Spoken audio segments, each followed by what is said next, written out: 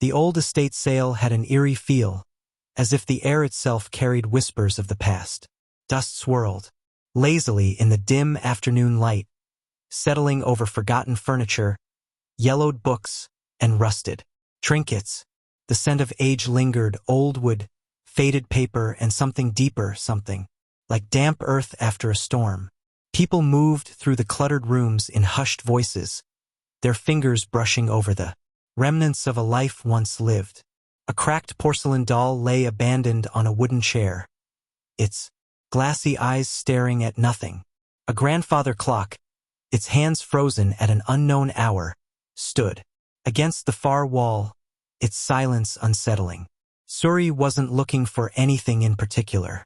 She had just moved into a new apartment, and it felt empty. The space was modern, all clean lines and blank walls, but it lacked something with character, with a past. She had come here hoping to find a piece that would make the apartment feel more like home. As she wandered through the sale, her gaze skimming over faded paintings and tarnished silverware, something caught her eye. A mirror. It stood alone against the back wall, partially hidden behind an old wooden wardrobe, as if someone had tried to push it out of sight. Suri stepped closer. The mirror was tall, nearly as tall as she was, with a thick wooden frame covered in strange, twisting carvings. The patterns looked like vines curling and wrapping around the edges, but as she examined them, they seemed almost alive, shifting ever so slightly in the dim light. The glass itself was oddly perfect. Not a single scratch, no dust, no smudges. It looked as though someone had just polished it, yet the air around it smelled old, like damp wood and faded perfume. Suri reached out and ran her fingers along the carved wood. Ice cold. A shiver ran up her arm.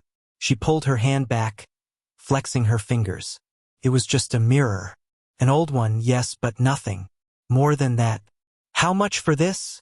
she asked, turning to the old woman sitting behind the cash table.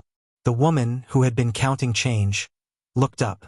Her face, lined with deep wrinkles, tensed the moment her gaze fell upon the mirror. Her fingers tightened around the bills in her hand, as if the sight of it had unsettled her. "That mirror," she hesitated, her voice barely above a whisper. Suri waited. "50, the woman finally said. Suri blinked. 50? That's it. Something this beautiful had to be worth more. Even in its old-fashioned design, it had a timeless elegance. The craftsmanship alone should have made it expensive. The woman nodded, her expression unreadable. "Take it," she said quickly. Something in her voice made Suri pause. It wasn't just urgency, it was something else. Warning. A prickle of unease crawled up Suri's spine, but she shook it off. The woman was probably just eager to get rid of old junk. She handed over the cash, lifted the mirror carefully, and carried it to her car. The frame was heavy, much heavier than it looked, but she managed to maneuver it into the back seat. As she reached the driver's seat, a strange sensation washed over her, like someone was watching. Her skin prickled. She glanced around. The parking lot was mostly empty. A few cars, an old lamppost flickering in the afternoon light, a single bird pecking at the pavement. But then, in the mirror's reflection, behind her, a shadow moved, a flicker quick and unnatural. She spun around. Nothing was there. Her chest felt tight, probably just her imagination. She had read too many horror stories, watched too many late-night movies.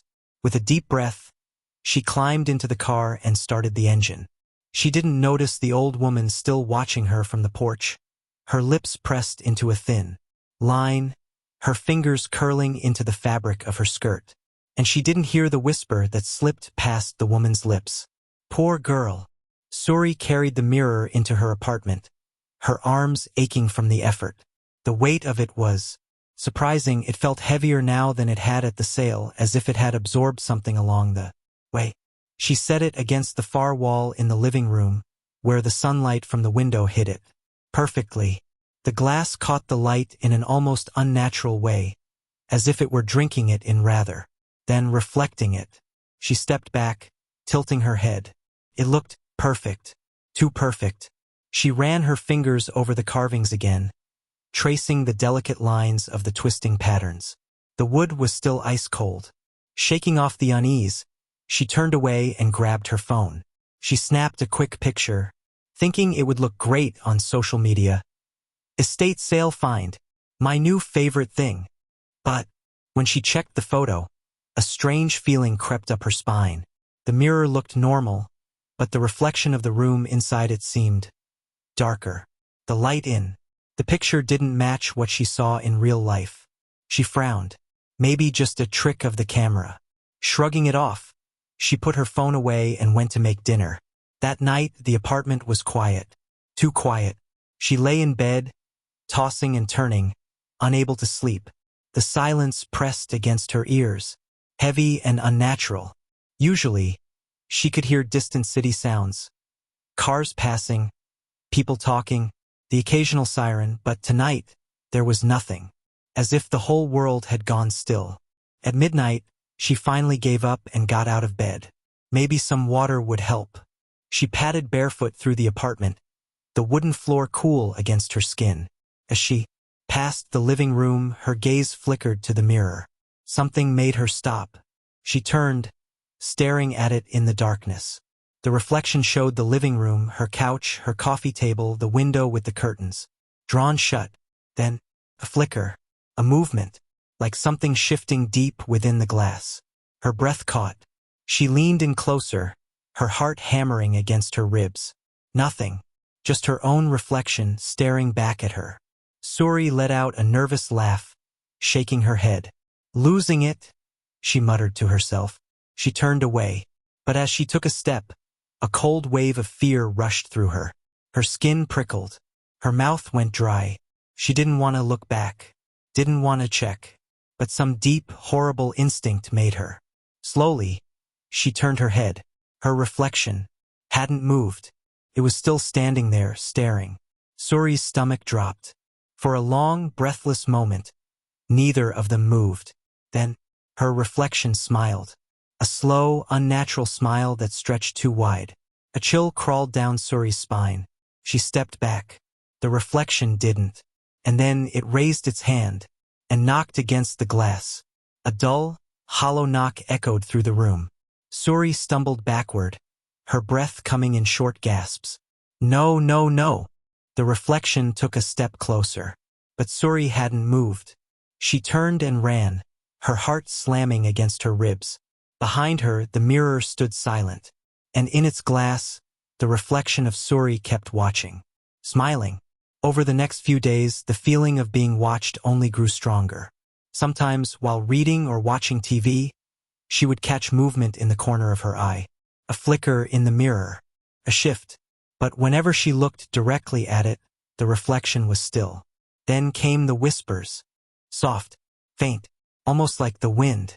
But there was no wind inside her apartment.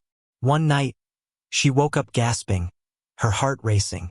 She had dreamt of standing in front of the mirror, unable to move, as something inside knocked against the glass from the other side. She shook off the dream, rubbing her arms against the cold that seemed to settle into her bones. She needed to get rid of the mirror. Tomorrow, the next night, everything changed. She was brushing her teeth when she heard it. A soft creak, like someone stepping on the wooden floor. Her breath hitched. Slowly, she turned off the tap and listened. Silence. She stepped out of the bathroom, moving toward the living room. The mirror stood there, silent, reflecting the darkened apartment. But the reflection was wrong. The furniture was there. The walls, the windows, everything was in place. But the Suri in the mirror was smiling, a slow, unnatural smile that stretched too wide. Suri's heart slammed against her ribs. Her reflection raised a hand and knocked against the glass. A dull, hollow knock echoed through the room. Suri stumbled back, her breath coming in short gasps. No, no, no. The reflection stepped closer, but Suri hadn't moved, placed its hand against the glass, and started pushing. The surface of the mirror rippled like water. The reflection's fingers pressed through. Suri turned and ran. She didn't stop running until she was outside, breathless, heart pounding. The night air was freezing, but she barely felt it. She pulled out her phone and dialed her best friend, Aisha. Aisha, I need you to come over, she said, her voice shaking. What's wrong? The mirror, she whispered. Something's wrong with it. Silence. Then Aisha sighed. Sorry, it's just a mirror. Please, Suri begged. Aisha groaned. Fine, I'll be there in 10. Suri hung up, staring up at her apartment window. Something moved behind the glass. But it wasn't her. Aisha arrived, annoyed but concerned. Okay, what's the problem? Suri led her inside. The mirror stood exactly where it had been, still and silent. Aisha crossed her arms. Looks normal to me. Suri shook her head. Watch. She picked up a book and threw it at the mirror. It didn't reflect the impact. The book disappeared into the glass. Aisha's face lost all color. Then, the book flew back out, landing on the floor. But the reflection of the book, staying inside the mirror. Suri and Aisha started, frozen in fear. Then the reflection of Suri turned and spoke. You shouldn't have bought me. They ran. They didn't stop until they were outside, gasping for air. We have to destroy it, Aisha said. Suri nodded. Fire. Aisha shook her head. No, mirrors don't burn. Suri thought for a moment. A hammer. They grabbed a hammer from the toolbox and marched back inside. The reflection was waiting. It grinned, stepping closer. Suri raised the hammer. The reflection whispered, You break me. You take my place. Suri hesitated. Aisha grabbed the hammer. Screw this. She swung. The mirror shattered. For a moment, silence. Then, a blood-curdling scream echoed through the room. A gust of wind blew past them. The lights flickered, and the mirror was gone. Only an empty wall remained. Aisha and Suri stared at each other, their hearts still racing. Is it over? Aisha whispered. Suri didn't answer, because in the corner of the room, the glass shards on the floor still reflected the mirror. And in them, a pair of dark eyes watched, smiling. Ava never believed in bad luck, curses, or ghost stories. She lived in the real world, where everything had a logical explanation. Superstition was for people who needed something to blame when life didn't go their way. But today something felt off. She sat in her usual coffee shop, nestled in the corner by the window, where she could watch the busy street outside. The scent of freshly ground coffee beans and warm pastries filled the air, mixing with the quiet hum of conversations and the occasional clink of spoons against ceramic mugs. Her laptop sat open in front of her, emails waiting to be finished, but she had barely typed a sentence in the last 15 minutes. Someone was distracting her. Across the street, a man stood perfectly still. He wasn't checking his phone, wasn't smoking a cigarette, wasn't even looking around as if waiting for someone. He was just standing, watching.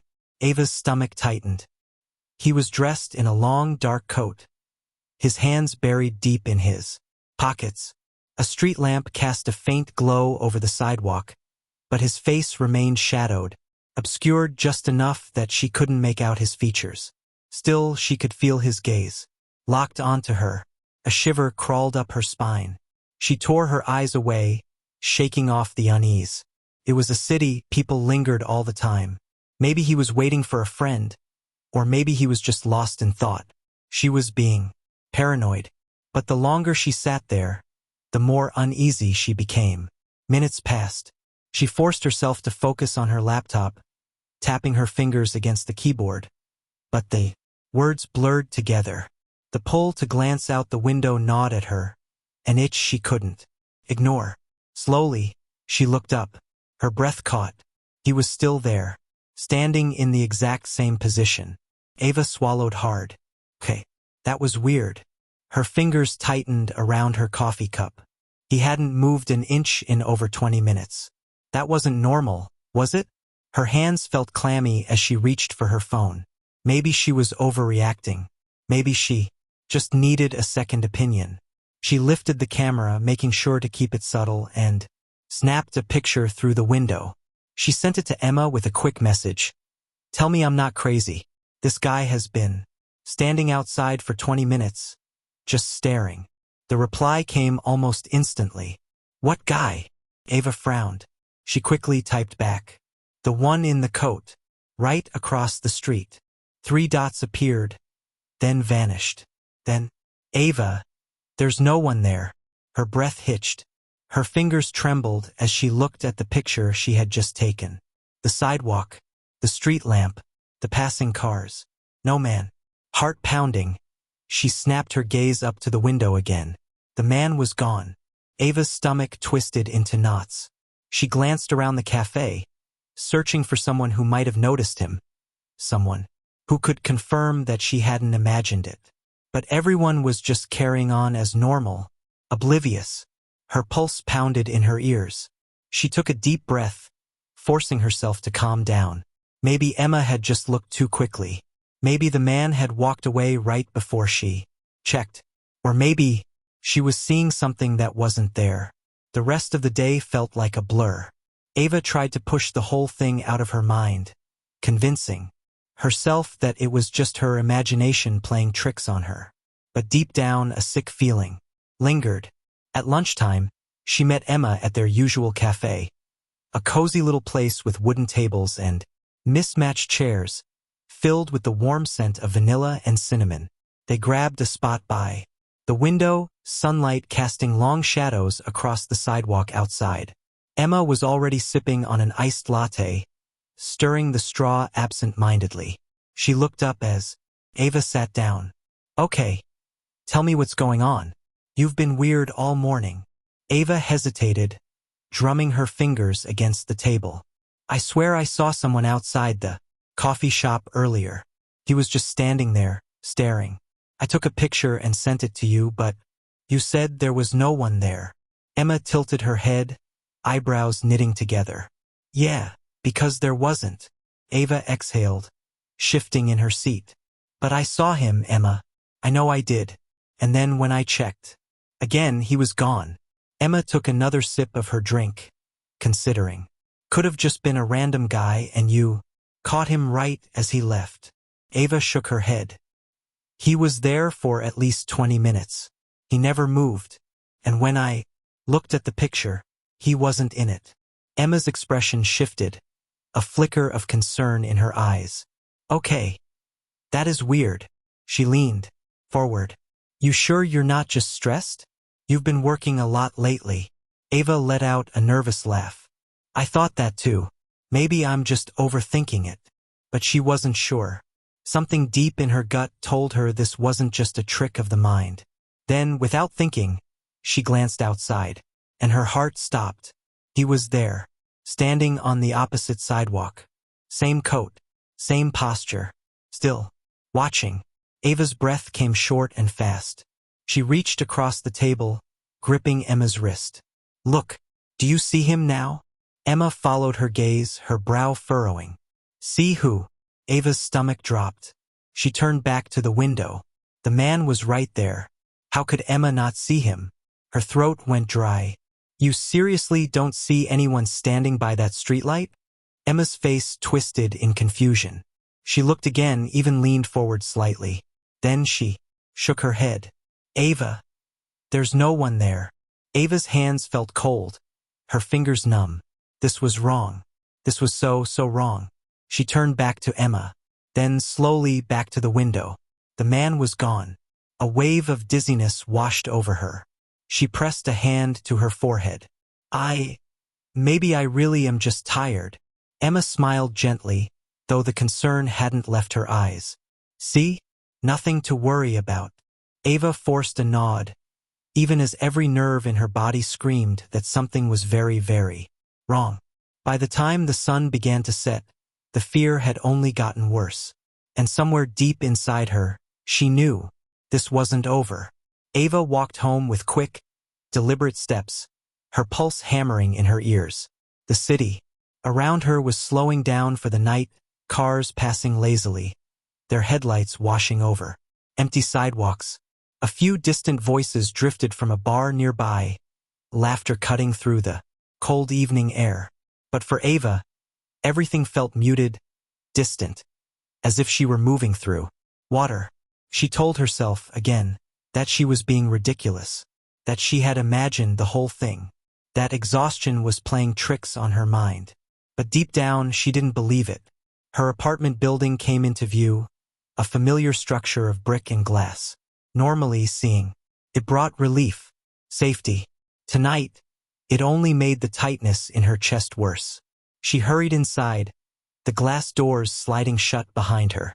The lobby was mostly empty, except for the night guard, a burly man named Tom, who always greeted her with a nod. Tonight was no different. "Evening, Miss Ava," he said, eyes barely lifting from his crossword puzzle. She forced a smile. "Evening." Ava walked toward the elevator, pressing the button with a shaky finger. The soft ding of arrival made her exhale in relief.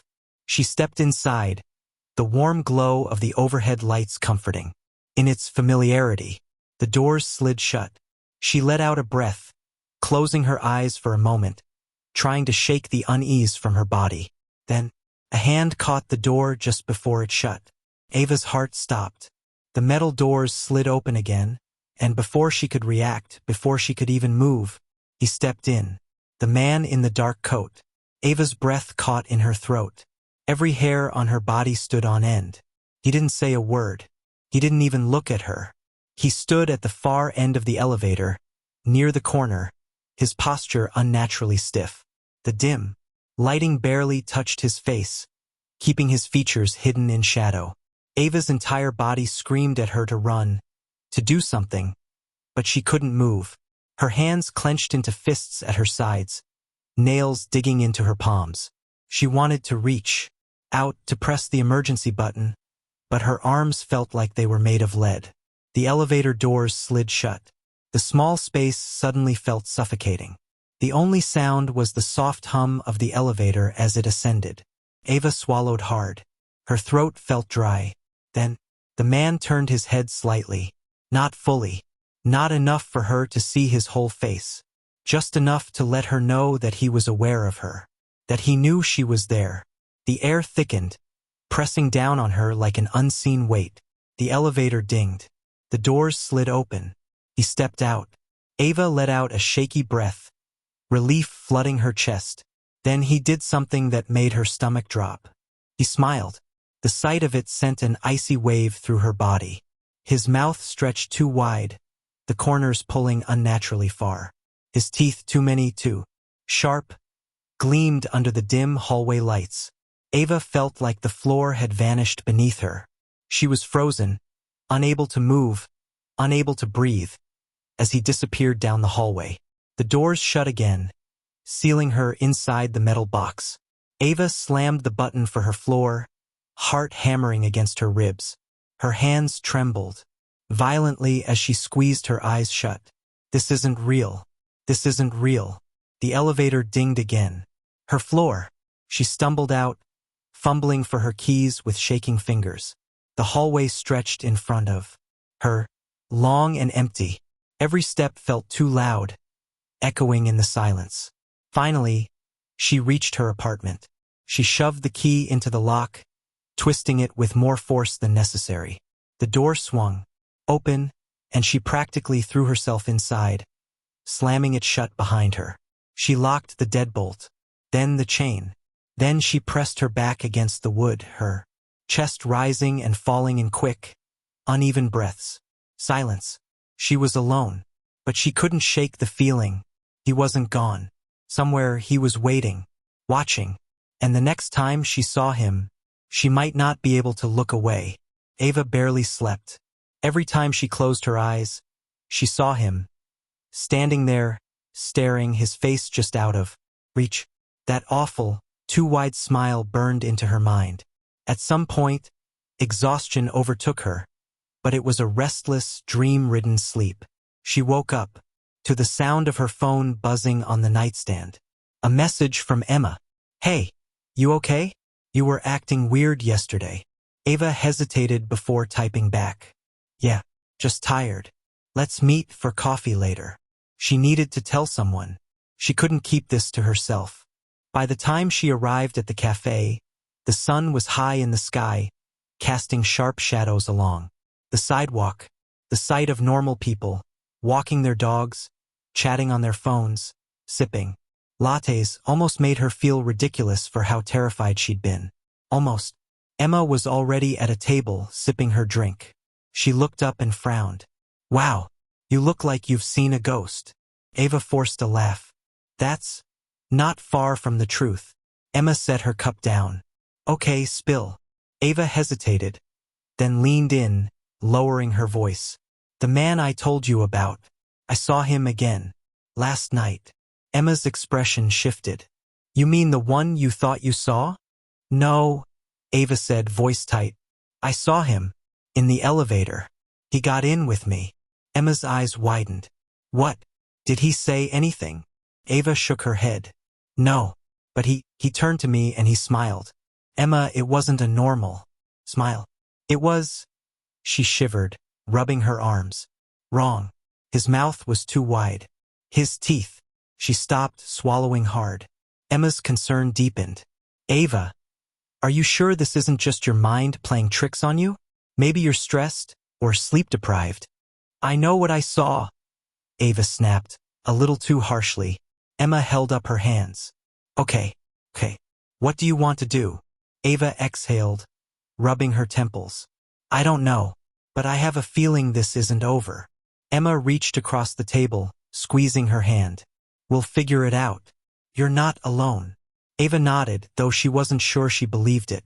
Because as she looked out the cafe window, there he was, standing across the street, watching. Ava's blood ran cold. She turned to Emma, barely able to get the words out. Tell me you see him. Emma followed her gaze, then frowned. Ava. There's no one there. Ava felt the world tilt beneath her. She turned back. The man was gone. Ava clutched the table to keep from swaying. Her pulse thundered in her ears. And deep inside she knew. This wasn't just a stalker. It wasn't even human. And whatever it wasn't done with her yet. Noah was 6 years old when he first saw the shadow under his bed. It was late at night and the warm glow of his nightlight cast a dim circle of light onto the floor, but it wasn't enough to push back the heavy darkness pooling beneath the wooden frame. He lay on his back, staring at the ceiling, his small hands clutching the blanket to his chin, as if the fabric alone could protect him from the creeping unease building in his chest. The house was silent. His parents had gone to bed an hour ago, and even the distant hum of the refrigerator had stopped. The only sound was the soft ticking of the clock on his wall. But Noah could hear something else. A faint whispering, barely more than a breath, coming from under his bed. At first he thought it was the wind. He turned his head toward the window, but the curtains remained still. There was no draft, no rustling of leaves outside. The windows were shut tight, sealed against the cold autumn night. He held his breath, straining his ears. The sound was so soft, like a voice just on the edge of hearing, murmuring words he couldn't quite understand. Curiosity, mixed with fear, gripped his small body. His fingers clutched the blanket tighter, but he found himself shifting closer to the edge of the mattress. Slowly, hesitantly, he leaned over and peered into the darkness below. A pair of eyes stared back at him. Noah's breath caught in his throat. His heart pounded so hard it felt like it might burst. The eyes weren't like his own, weren't like anything he had ever seen before. They weren't white. They weren't blue or brown or green. They were black, darker than the shadows around them, yet somehow still gleaming. Then they blinked. Noah gasped, jerking upright. His tiny hands clutched at the blanket as he scrambled backward, pressing himself against the headboard. His breathing was quick and shallow, and for a moment he thought about calling for his parents. But what if they didn't believe him? He squeezed his eyes shut and yanked the blanket over his head, curling into a ball. His fingers trembled as he pressed them against his ears, trying to block out everything. But the whispering didn't stop. It was there, slithering through the silence, filling the room like a soft breeze carrying the echoes of 100 voices. It didn't grow louder, but it didn't fade either. Noah lay like that for what felt like hours, his small body shaking beneath the covers. Eventually, exhaustion won. His limbs grew heavy, and his racing heart slowed. His mind drifted toward sleep, but just before he surrendered to it, he heard something that made his skin crawl. A whisper right next to his ear. Noah! The morning light flooded Noah's room, turning the shadows into harmless shapes. The fear from the night before still clung to him like cobwebs, but in the safety of the day it almost felt silly. Almost. Noah wasted no time rushing into the kitchen, where his parents sat at the table. His mother was sipping her coffee, her dark curls still messy from sleep, while his father read the newspaper, occasionally taking a bite of his toast. Mom! Dad! Noah's voice was urgent, his tiny hands gripping the edge of the table. There's something under my bed. His mother lowered her cup, concern flashing in her warm brown eyes. What do you mean, sweetheart? I saw it last night. It had eyes, and it whispered to me. Noah's voice wavered, his small body tense with the weight of what he had seen. His father chuckled, shaking his head. It's just your imagination, buddy. Maybe a bad dream. No! Noah shook his head fiercely. It was real. I saw it move. His father sighed, folding the newspaper and setting it aside. Noah, you're old enough to know that monsters aren't real. Shadows are just tricks of the light. But, no buts, his father said firmly. You're letting your imagination run wild. Noah's mother gave him a gentler look. How about I check under your bed tonight? If there's nothing there, will you promise to sleep without worrying? Noah hesitated. He wanted to believe that if his mom looked, she'd see it too. That she'd believe him. Okay, he mumbled. That night, after tucking Noah in, his mother knelt beside his bed. The warm glow of the nightlight cast long shadows across the room, but she didn't seem scared. She lifted the blanket and peeked underneath. See, she turned to him with a smile. Nothing but dust bunnies. She ruffled his hair, pressing a kiss to his forehead. Now get some sleep, love. Noah wanted to believe her. He really did. But as soon as she left the room and closed the door, the whispering started again. And this time it called his name. Over the next few nights, things got worse. The whispering never stopped. It was there every night, just beyond his understanding, soft, raspy, filled with something wrong. Noah tried to ignore it. He buried his face in his pillow, squeezed his eyes shut, and counted sheep, but ignoring it didn't make it go away. The shadow didn't just whisper anymore. It moved. Noah would see it shifting in the darkness, growing longer, stretching toward him in slow, deliberate motions. The eyes would flicker open and shut, blinking at him like something alive. One night, he tried to be brave.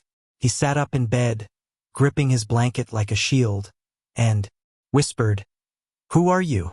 The whispering stopped. The silence stretched. And then, it laughed.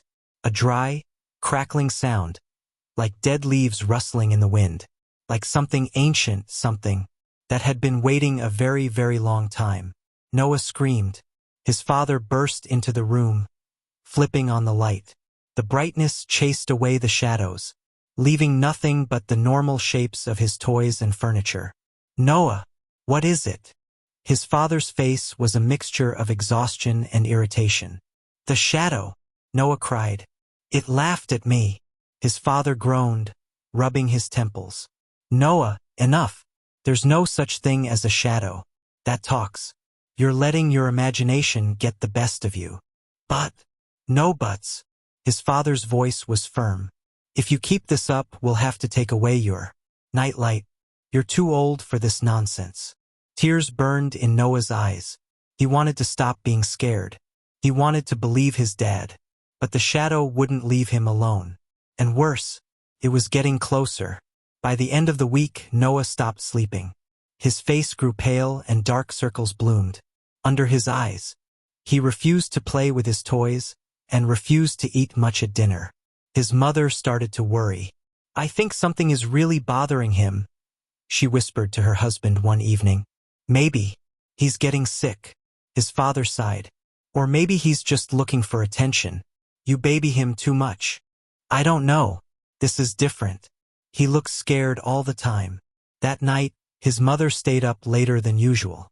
Just as she was about to go to bed, she heard something faint, almost like wind whistling through a crack in the window, except the windows were shut. Frowning, she walked down the hall and stopped outside Noah's door. She pressed her ear against it.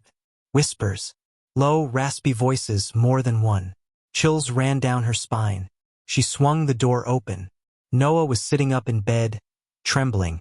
His wide eyes locked on the darkness under his bed. His lips were moving, but no sound came out. "Noah?" she called. He flinched and turned to her, his face pale as a ghost. "It's trying to come out," he whispered. Her stomach dropped.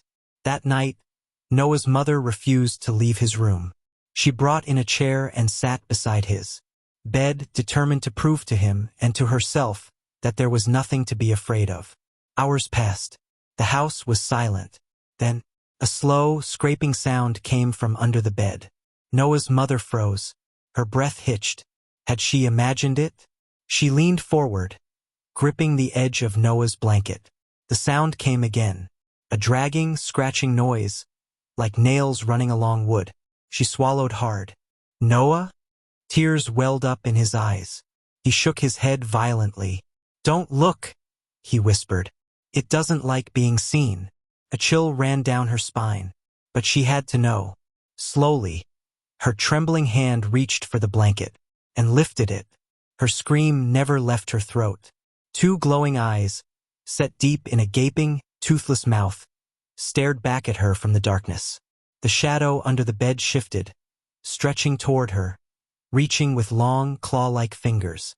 She yanked the blanket back down, grabbing Noah and pulling him against her chest. The room went deathly silent. Then, a whisper slithered through the air. "You shouldn't have looked." The next morning, Noah's mother packed their bags. "We're leaving," she told her husband, her hands shaking as she shoved clothes into a suitcase. "What? You're being ridiculous," he scoffed. "No, I'm not," she snapped, spinning to face him. "I saw it. Under his bed. It's real." The blood drained from his face. "You what?"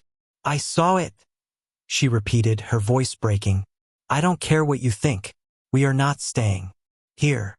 But before they could leave, Noah screamed. They ran into his room.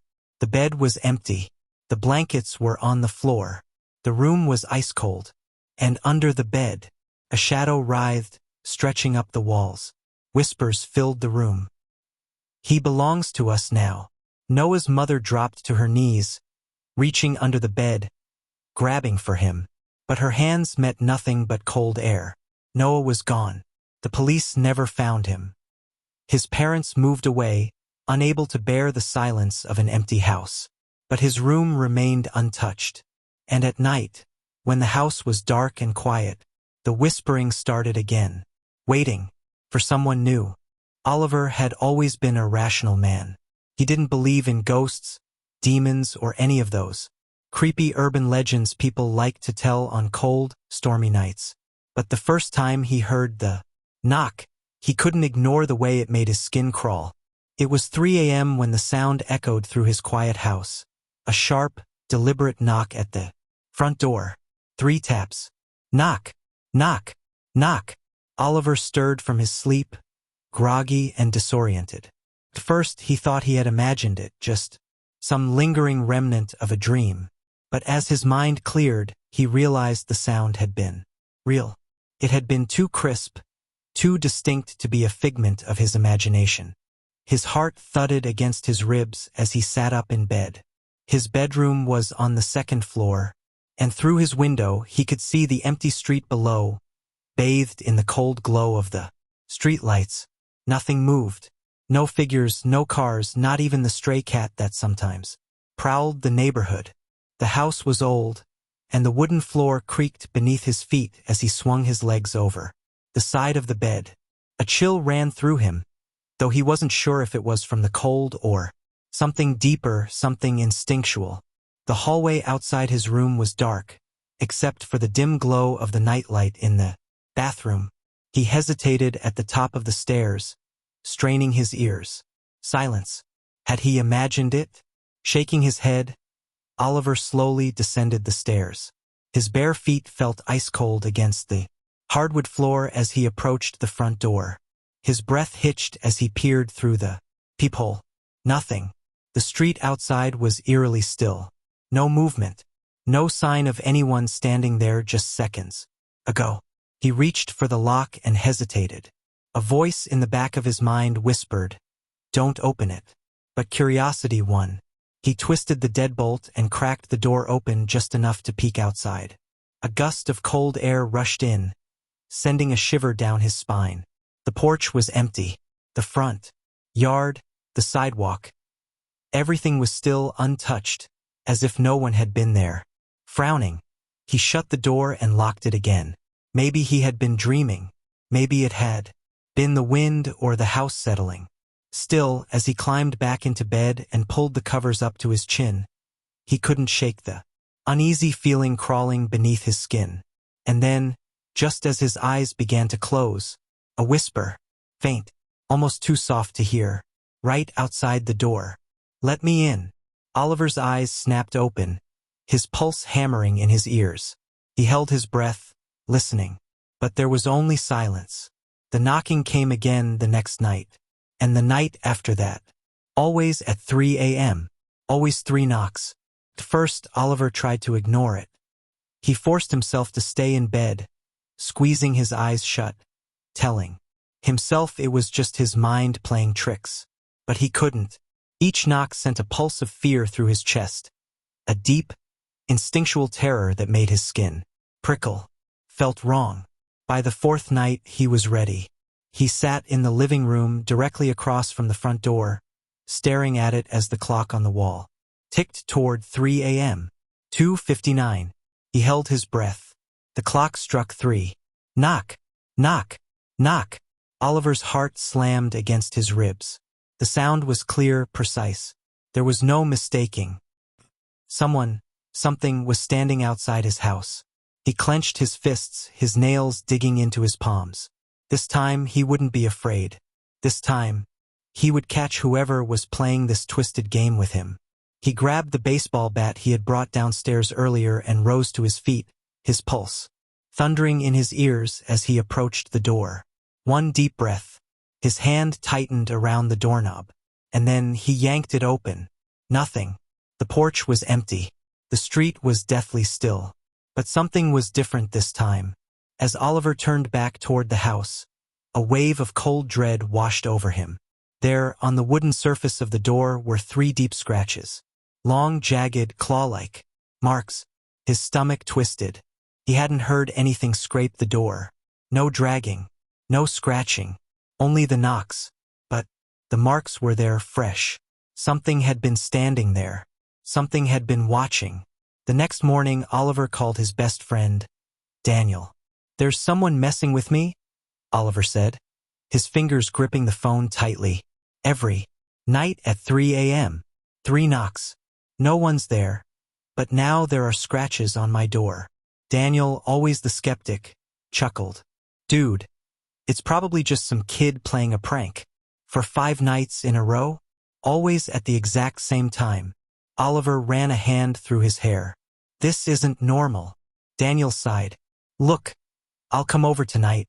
We'll sit on your porch with a camera. When your little ghost knocks, we'll catch them in the act." Oliver wasn't convinced, but he didn't want to be alone when it happened again. Fine.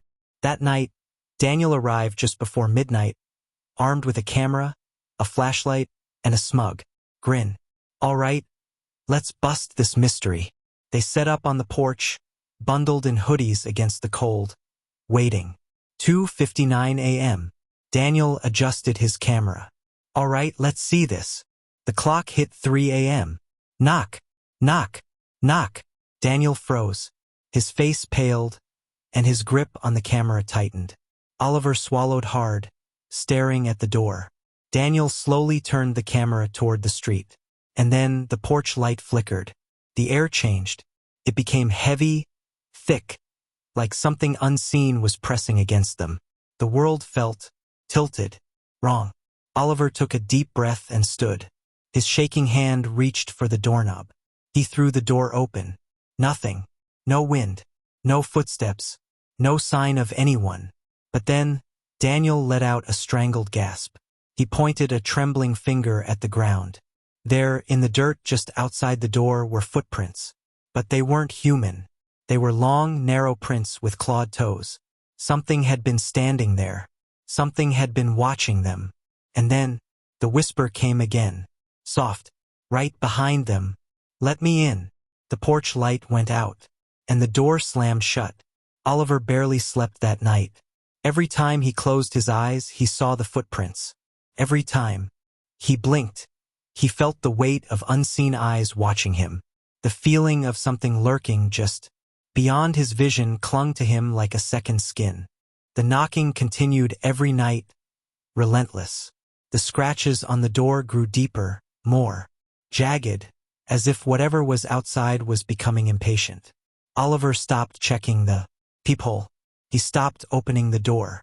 But he could still hear it, hear the way the wood groaned under invisible pressure, hear the way the air outside the house seemed to shift as though something massive yet unseen was standing there. Then the whispers started.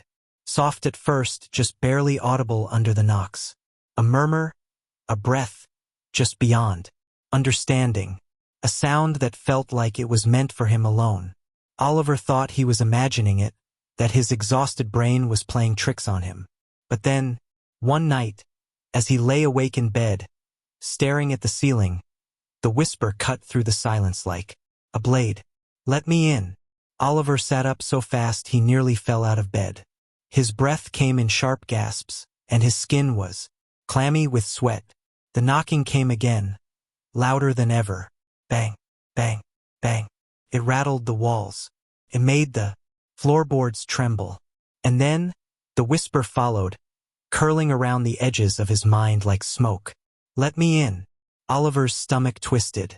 He grabbed his phone with shaking hands, scrolling through his contacts. He needed to call someone. He needed someone, anyone, to hear this. Before he could press a button, the knocking stopped. For the first time in weeks, silence filled the house. But Oliver didn't feel relieved. He felt watched. And when he turned his head toward the darkest corner of his bedroom, the shadows seemed just a little too thick, a little too deep, a little too alive. Oliver couldn't take it anymore. He decided that tonight, he would stay up with every single light in the house turned on. The lamps, the ceiling lights, even the glow from his computer screen. He wouldn't answer the door. He wouldn't look outside. He wouldn't acknowledge it. 2:59 a.m. Oliver sat in the living room, gripping the arms of his chair so tightly his fingers ached. The TV was on, playing an old sitcom, but he wasn't watching. He wasn't even blinking. 3 a.m. The knock came. Knock, knock, knock. Oliver clenched his jaw, staring straight ahead. The knocking grew louder. Bang, bang, bang. The entire house seemed to shudder. The walls groaned. The ceiling creaked. The lights flickered. Then the whisper came. This time it wasn't outside the door. It was right next to his ear. You should have opened the door. Oliver whipped around, his heart pounding so hard it made him feel sick. Nothing. There was nothing there. But his blood ran cold. The knock hadn't come from the front door this time. It had come from inside the house. His breath hitched. His eyes darted toward the hallway. The air felt wrong, thick, heavy, suffocating. The shadows along the walls seemed darker, stretching unnaturally as if they had grown longer in the flickering light. And then, slowly, so slowly that Oliver thought he might be imagining it, one of the shadows moved. A shape, tall and thin, peeled itself away from the darkness.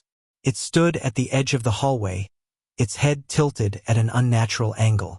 His eyes were empty voids, black, endless. Watching him, Oliver couldn't move. The thing smiled. A wide, unnatural grin that stretched too far, filled with too many teeth. The lights flickered again. Then they went out, and Oliver screamed. The next morning, Daniel arrived at Oliver's house, knocking on the door. No answer. He frowned and knocked again, harder this time. Still nothing. With a growing sense of unease, Daniel pulled out his phone and called Oliver's number. The line rang and rang until it eventually went to voicemail. Something felt wrong. Daniel hesitated for only a second before reaching for the doorknob. It was unlocked. His stomach twisted. Slowly, he pushed the door open. The house was silent, cold. The air felt thick, heavy, unnatural. A quiet so deep it felt as if the entire house was holding its breath. Oliver.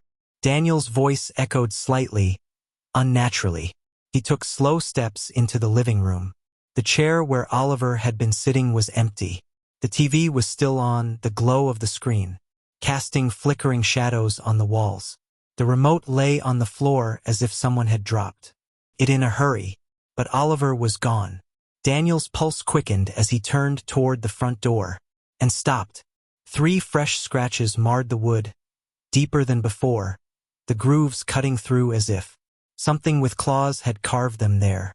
And beneath them, written in smeared, blackened marks, were 2 words. 2 words that sent a chill down Daniel's spine, that made the air in his lungs feel like ice. Let me in. The night air was crisp, carrying the scent of damp earth and fallen leaves. A full moon hung low in the sky, casting eerie silver light over the old graveyard on the outskirts of town. The place had always been the center of ghost stories, the kind that parents told their kids to keep them from wandering too far at night. But for Jake, Lena, Ryan, and Ashley, it was just another challenge. Come on, it's just a graveyard. What's the worst that could happen? Jake smirked, shoving his hands into the pockets of his hoodie. Lena rolled her eyes, shifting nervously on her feet. You say that now, but if we get caught trespassing, it's your fault. Ryan, the self-proclaimed ghost expert of the group, grinned. I heard the caretaker doesn't even check this place at night. Besides, people say it's haunted. Wouldn't it be cool to see if it's true? His voice held a thrill that the others didn't quite share. Ashley hugged herself. I don't know, guys. Sneaking into a graveyard at midnight feels wrong. Oh, come on, Ash. Jake nudged her with his elbow. It's just for fun. What? You scared? Ashley glared at him. I didn't say that. Then let's go. The 4 teenagers squeezed through the rusted bars of the cemetery gate, their feet crunching against dead leaves and gravel. The cemetery was old, one of the oldest in town. Cracked. Tombstones jutted out of the earth at odd angles, their names and dates barely legible from years of erosion. Some graves had sunken into the ground, the soil disturbed as if something had clawed its way out. The deeper they went, the more suffocating the air became. The scent of rotting wood and damp moss clung to their noses. The wind whistled through the bare branches of the ancient trees, creating a sound almost like whispers. Lena hugged her arms. I don't like this place. Jake scoffed. It's just an old cemetery. What's there to be afraid of? Ashley stopped suddenly. Her skin prickled with an unnatural chill. Did you hear that? Jake chuckled. Nice try. You're not scaring me. Ryan, however, had gone pale. No, I heard it too. A whisper. Soft. Faint. Calling a name. Lena. Lena's breath caught in her throat. She spun around, scanning the darkness. Who said that? No one answered. The wind howled, but underneath it, the whisper came again. Ryan. Ryan stiffened. Okay. Who's messing with us? His voice was tight, forced. Ashley's fingers dug into his arm. It's not funny. Stop. I swear it's not me. Jake raised his hands. I didn't say anything. Then they heard it again. Jake! A breathy whisper, drifting from the graves. The voice was neither male nor female, just a sound like wind through hollow bones. Ashley's eyes widened in terror. Let's get out of here. Lena turned to run, but then, Ashley! The whisper came from directly behind her. She whirled around, expecting to see someone standing there. But there was no one, just rows of old, crumbling tombstones. The air grew colder. The wind stopped. The night was silent, dead silent. Ashley's breath came in quick, shallow gasps. We have to leave. Now. Jake, normally the fearless one, looked shaken. Yeah, okay. Let's go. They turned back toward the entrance and stopped. The gate they had squeezed through was gone. In its place was a solid, rusted iron fence. No opening. No exit. What the hell? Lena whispered, panic creeping into her voice. Ryan ran to the bars, gripping them so hard his knuckles turned white. He shook them, but they didn't budge. This isn't possible. We just came through here. The whispers returned. This time they were all around them. Stay. Don't go. We've been waiting. Ashley pressed her hands over her ears. Who are you? She cried. The voices overlapped, blending together in a sickening harmony. You forgot us. You left us behind. You must remember. Shadows shifted between the tombstones. Shapes moved in the darkness. Ryan's voice cracked. We don't know you. Then, a deep, rumbling voice answered. You will. A gust of wind slammed into them, knocking them backward. The world seemed to twist. Graves stretched higher. The trees looked like giants. The sky darkened into an abyss. And then, they weren't alone. Figures stood between the graves. Dozens of them.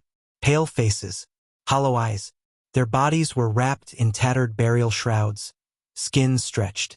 Too tight over bone. Some had gaping mouths, frozen in silent screams. Others had blackened. Hands, fingers twisted like claws. Ashley clapped a hand over her mouth to stifle a sob. Lena stepped back, her whole body trembling. This isn't real. This can't be real. One of the figures stepped forward. A woman, her face half decayed, eyes milky white. She dragged her feet as she moved, her skeletal fingers twitching. You left us behind, she whispered. Jake shook his head violently. We don't know you. We've never been here before. The woman tilted her head, her jaw creaking as she grinned. Not you. Them. She raised a bony finger pointing behind them. Slowly, as if controlled by some unseen force, they turned. More figures stood behind them, but these were different. They looked exactly like them. Duplicates. Twins. Their own faces, staring back at them. Ashley's doppelganger had empty black eyes. Lena's double had a twisted, eerie grin. Ryan's copy was missing a chunk of flesh from his cheek, exposing bone. And Jake's mirror image was staring, motionless. His lips parted as if he were about to speak. Then, all at once, the copies whispered in unison. It's your turn. The ground beneath them trembled. The graves yawned open. Hands, rotting skeletal hands, burst from the dirt, grabbing their ankles. Ashley screamed as she was yanked downward, her nails clawing at the earth. Lena kicked and thrashed, but the grip was too strong. Ryan and Jake struggled, their voices rising in sheer terror. The doppelgangers stepped closer, reaching out. Their fingers sank into the teen's skin, merging with them, pulling them into the grave. Darkness swallowed them whole. The graveyard fell silent once more. The wind picked up. The trees whispered. And 4 new figures stood among the tombstones. Pale faces, hollow eyes, waiting for the next visitors to enter the graveyard, to hear the whispers, to take their place. The ghostly copies of the 4 teenagers stood motionless, their hollow expressions eerily, mirroring their own. Their eyes, dull and lifeless, seemed to pierce right through them. Then all at once, they spoke in a whispering chorus. You left us here. Ashley's heart pounded violently against her ribs. I don't understand, she choked out, her voice barely above a whisper. The first ghostly figure, the woman with the decayed face, stepped forward. Her movements were slow, deliberate, as if the air around her resisted her existence. Long ago, she rasped, her voice layered with sorrow. We were just like you, young, alive. We came here on a dare, just as you did. And then? She paused, her milky eyes glancing at the darkened sky. We were taken. Ryan's throat was dry. Taken by what? He asked, though deep down he wasn't sure he wanted the answer. A gust of wind swept through the cemetery, kicking up a cloud of dead leaves. The ground seemed to shudder beneath their feet. Then, out of the darkness, something shifted. Between the graves, a shadow emerged. It was impossibly tall, taller than the trees, its form a writhing mass of shifting darkness. The longer they looked at it, the harder it was to focus, as if their eyes refused to comprehend what they were seeing. A deep, guttural voice slithered through the air, colder than the wind. I am the keeper of the forgotten, the lost, the abandoned. The weight of its presence pressed down on them, making it harder to breathe. The air around them grew thick, suffocating. Ashley gripped Lena's arm, her fingernails digging into her friend's skin. We don't belong here, she gasped. The shadow laughed, a low, hollow sound that sent chills up their spines. You came willingly. Now you will stay. The wind roared again. The figures lunged forward, their outstretched hands like skeletal claws, reaching for them. Their whispering voices turned desperate, frantic. Stay with us. We were forgotten. Don't leave us behind. Ashley screamed. Lena yanked her hand, dragging her backward. Run! They bolted. But the graveyard was no longer what it had been. The paths twisted like a maze, tombstones shifted before their eyes, blocking their way. The gate, their only exit, was gone. No matter which direction they ran, they always ended up back at the center of the cemetery, right where the thing was waiting, and it was getting closer. The ghostly figures closed in, their icy fingers inches from their skin. Their whispers turned to hissing voices, each breath echoing like a death rattle. Ashley's chest heaved. Her body trembled violently as she clung to Ryan's arm. We're trapped, she sobbed. There's no way out. Jake's eyes darted around desperately, searching, hoping for anything. A break in the tombstones, a hidden passage, a glimmer of hope. And then, he saw it.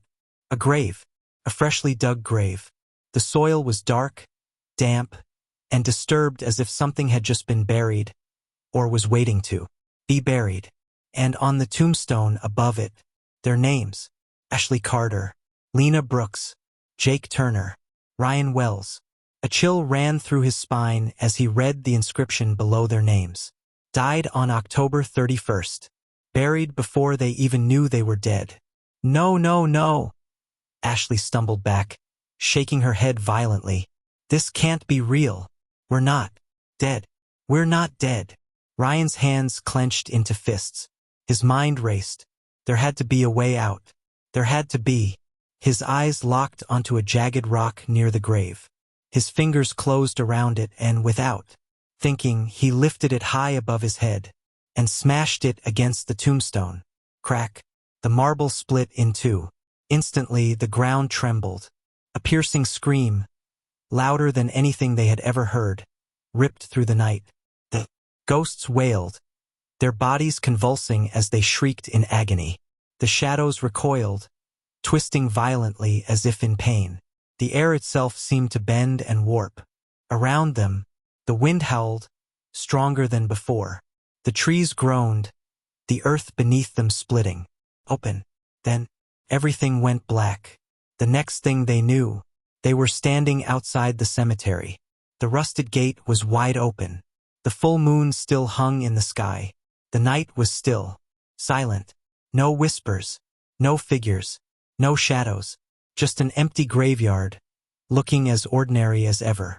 The four of them gasped for air, their bodies trembling from exhaustion and fear. Ryan turned to the others.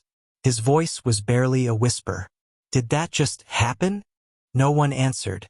Instead, they ran. Ran as fast as they could, away from that place. Away from the horrors they had witnessed. And they never spoke about that night again. But sometimes, when they walked past the old graveyard, they swore they could still hear it. A whisper, calling their names, waiting. Lily Parker had always loved dolls. Ever since she was little, she had a collection that filled an entire shelf in her bedroom. Each doll was unique. Some had button eyes, others had soft fabric bodies, and a few were made of porcelain. But among them, there was one doll that was special, her absolute favorite. It was a beautiful porcelain doll with long golden hair, icy blue eyes, and a delicate pink dress, made of lace.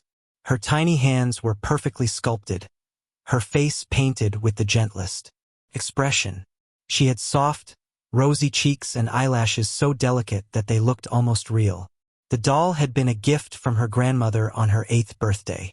From the moment Lily held her, she felt an unusual attachment to her. There was something about Annabelle that felt different. It wasn't just a toy. It almost felt like a friend, someone who was always watching over her. Unlike her other dolls, which sometimes collected dust from being untouched, Annabelle was always with Lily, whether on her bed, at her desk, or in her arms while she read. Lily named her Annabelle. At first, Annabelle was just like the rest of her dolls, sitting neatly on the shelf watching over Lily as she played or slept. Lily would brush her hair every night and make sure her dress was neat before tucking herself into bed. She loved Annabelle. But as the weeks passed, strange things started happening. Annabelle wouldn't stay in one place. First, it was small things. Lily would set her on the shelf at night, but in the morning she would find her sitting on her desk. Sometimes, she'd leave Annabelle in her toy box, only to come back and see her lying on the bed as if she had been placed there. Lily didn't pay much attention at first. Maybe she had forgotten where she put her. Maybe her mother had moved her while cleaning. But then, it started happening every single day. One afternoon, after coming home from school, Lily was horrified to find Annabelle sitting on the windowsill, her blue eyes staring blankly outside. Lily's stomach twisted. She was sure she had left Annabelle on the shelf before going to school. A thought struck her. "Max!" she called, storming into her younger brother's room. Max, who was lying on the floor playing with his toy cars, barely looked up. "What?" Lily held up the doll. "Stop moving my doll," she snapped. "It's not funny." Max scrunched his nose. "I didn't touch your creepy doll." Lily frowned. "Then how did she get there?" Max shrugged. "Maybe she moved on her own." Lily rolled her eyes. Dolls don't move on their own. But deep down, she wasn't so sure anymore. That night, Lily made sure Annabelle was sitting properly on the shelf before she went to sleep. She even whispered, "Stay here, okay?" As if the doll could actually listen. Her room was dimly lit by the glow of her nightlight. She had always liked sleeping with a little light on, but tonight the shadows in the room felt deeper. The corners of the room stretched darker than usual. Lily pulled the covers up to her chin and closed her eyes. But sleep didn't come easily. She tossed and turned for hours, feeling restless. Every so often, she would open her eyes and glance at the shelf, just to make sure Annabelle was still there. Eventually, exhaustion took over, and Lily drifted into a light sleep. Then, in the middle of the night, something stirred. A soft sound, like fabric brushing against wood. Lily shifted under the blankets, half asleep. Then, a thump. Her eyes flew open. Her breath caught in her throat. Something was in the room with her. Slowly, hesitantly, she turned her head toward the shelf. Annabelle was gone. Lily's chest tightened. Her fingers gripped the blanket as she forced herself to sit up. The room was silent, except for the sound of her own breathing. Her gaze swept across the room, and then she saw it. Annabelle, sitting on her pillow, inches from her face. Lily's heart slammed against her ribs. "How?" Her fingers trembled as she reached out and grabbed the doll. Her porcelain skin felt colder than usual, almost like ice. Lily bolted upright and hurriedly placed Annabelle back on the shelf, her hands shaking. She told herself it was nothing. Maybe she had moved it in her sleep without realizing.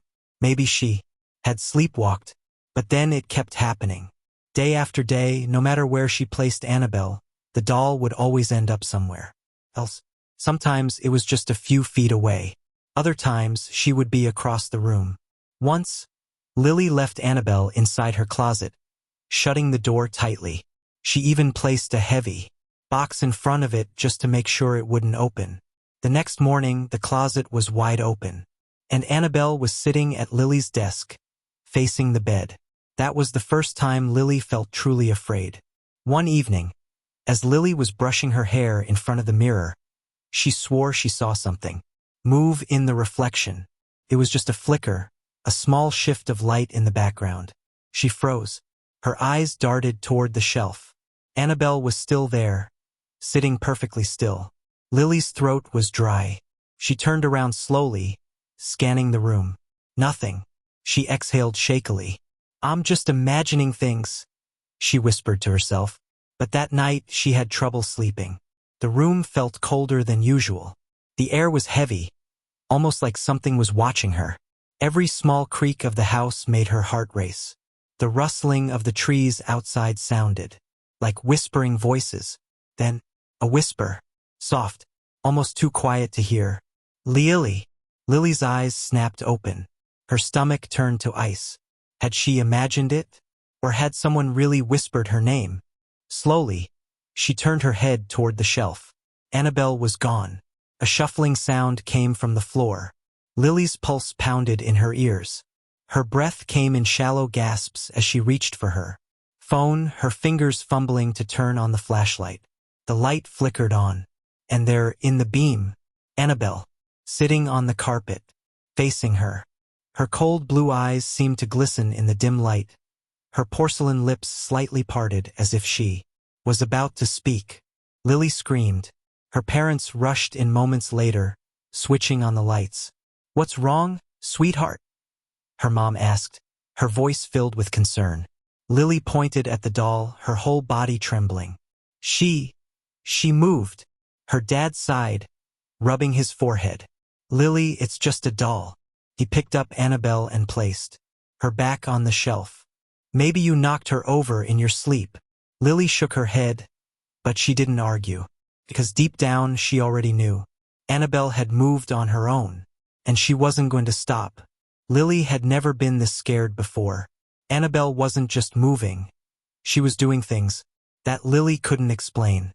She needed to talk to someone who would listen. The next day at school, she pulled her best friend, Sophie, aside during lunch.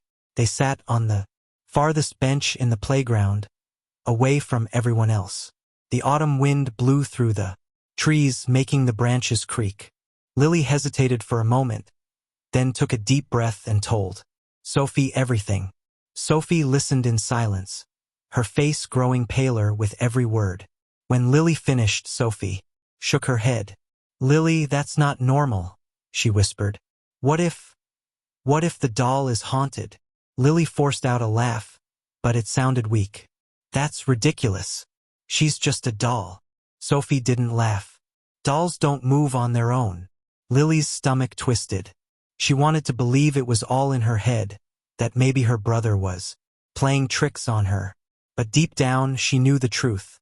Sophie leaned in closer, lowering her voice. "My grandma used to tell me stories about spirits, attaching themselves to objects, especially dolls.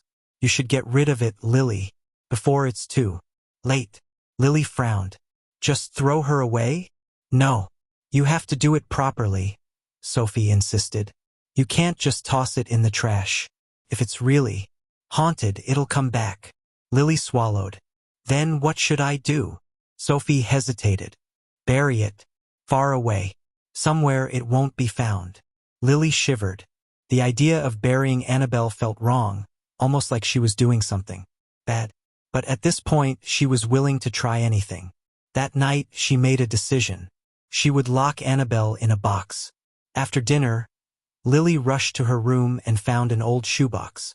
Her hands trembled as she picked Annabelle up, holding the doll as far away from her body as possible.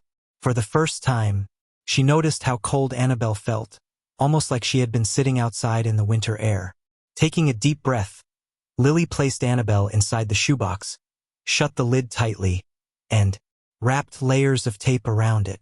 She shoved the box under her bed, making sure it was completely hidden.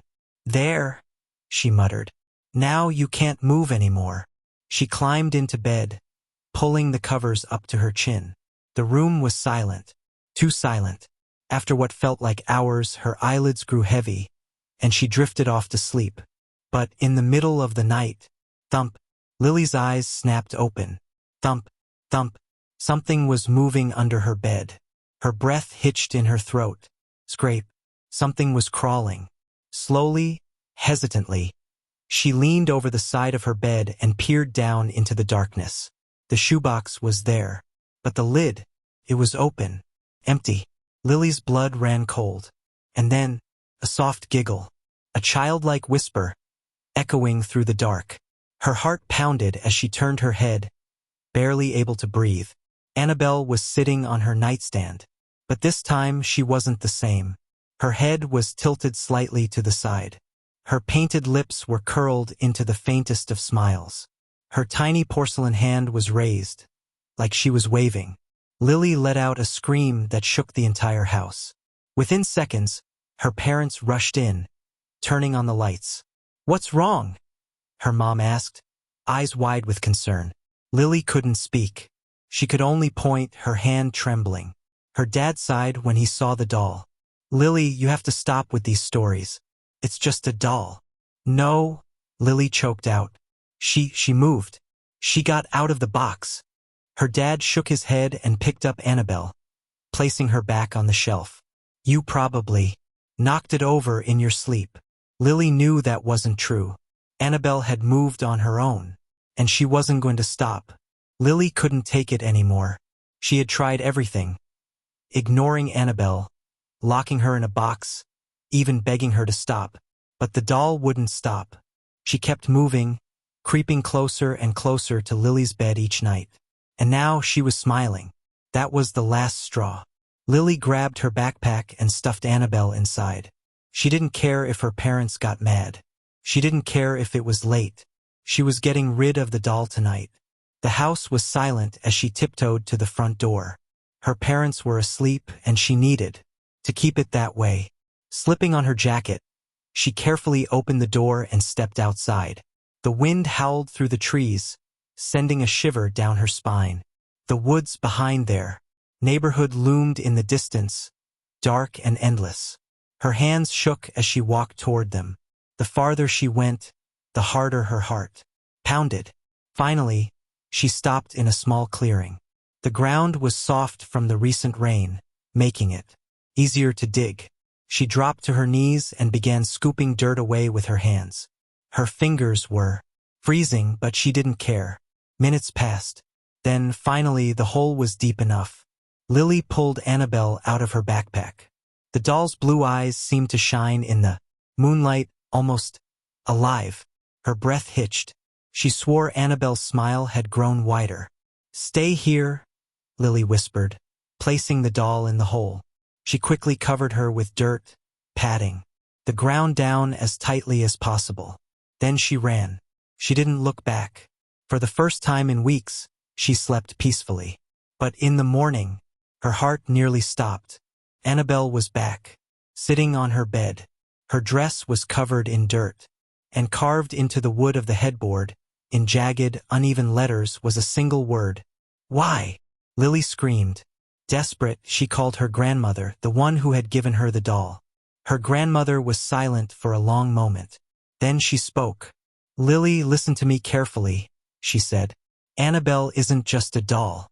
She once belonged to a little girl named Eleanor, a girl who died many years ago. Her spirit, it's attached to the doll." Lily's heart pounded. "What do I do?" Her grandmother hesitated. "You must return her to where she belongs." That night, Lily followed her grandmother's instructions. She took Annabelle back to an old, forgotten graveyard at the edge of town. She found Eleanor's grave, weathered, covered in moss. With trembling hands, she placed Annabelle on the grave and whispered, "You're home now." The wind picked up. The air grew still. For a moment, Lily swore she saw something. A shadow, a figure of a little girl, smiling at her. Then the wind carried it away. Lily never saw Annabelle again, and she never heard the whispers. But sometimes, when she passed by the graveyard, she felt eyes watching her, waiting. The streets were eerily silent. Rajesh yawned, rubbing his tired eyes as he steered his old taxi through the dimly lit roads of the city. The digital clock on the dashboard glowed 2:47 a.m. in red, a stark reminder of how late it was. The air outside was crisp, carrying the damp scent of the nearby river, and an unsettling stillness hung in the air. It was an odd night. Usually, at this hour, the roads weren't completely deserted. There would be the occasional drunken men stumbling out of bars, exhausted laborers trudging home, couples whispering quietly in the back seat of his taxi. But tonight there was no one. The flickering street lights cast elongated shadows on the asphalt, making everything feel surreal. Rajesh's hands tightened on the steering wheel. He was used to working late nights, but something about this shift felt different, wrong. Even the glowing red numbers on the meter told him he was close to his target earnings for the night. Just one more ride and he could go home, crawl into bed next to his wife, and wake up to his kids' laughter in the morning. That thought was the only thing keeping him awake. The taxi rattled slightly as he approached an old intersection. The roads stretched into the distance, empty and silent, swallowed by the thick fog rolling in from the riverbanks. The mist moved in an unnatural way, swirling slowly, almost deliberately, like unseen hands trying to take shape. Then, out of nowhere, a lone figure emerged from the fog. Rajesh's heart lurched as his foot instinctively hit the brakes. The tires screeched slightly on the damp road. The man stood perfectly still under the flickering yellow glow of a street lamp. He was dressed in an old-fashioned white kurta and loose pajama pants, the kind Rajesh had seen his grandfather wear in old photographs. His clothes were spotless, but there was something strangely dated about them. His face was obscured by shadows, but from what Rajesh could see, his features were sharp, his posture unnaturally stiff, like he didn't quite belong in this world. Rajesh hesitated. He had picked up all sorts of passengers before, some weird, some unsettling, but none had ever made his stomach twist in this way. There was something off about this man. He should drive away.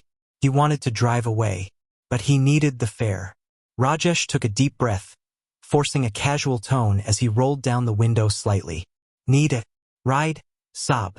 The man turned his head toward Rajesh in a slow, deliberate motion. His eyes, dark, sunken, empty, locked onto Rajesh's. A long silence. Then, in a soft voice, almost a whisper, he spoke. "Take me to the cemetery." Rajesh's fingers instinctively gripped the steering wheel tighter. The cemetery? At this hour? He forced a nervous chuckle, hoping to mask the growing unease in his chest. "The cemetery? What are you doing there so late, Saab?" The man didn't answer. He reached for the back door and slipped inside. The air in the taxi changed instantly. A sudden, inexplicable coldness settled in the car, unnatural for a summer night. Rajesh shivered despite himself. He glanced at the rearview mirror. The passenger sat stiffly in the middle of the back seat, his hands resting neatly on his lap. His posture was too straight, too rigid, like someone trying too hard to appear normal. Rajesh swallowed, trying to ignore the way his skin prickled. Maybe he's just a strange guy. Maybe he was visiting a loved one's grave.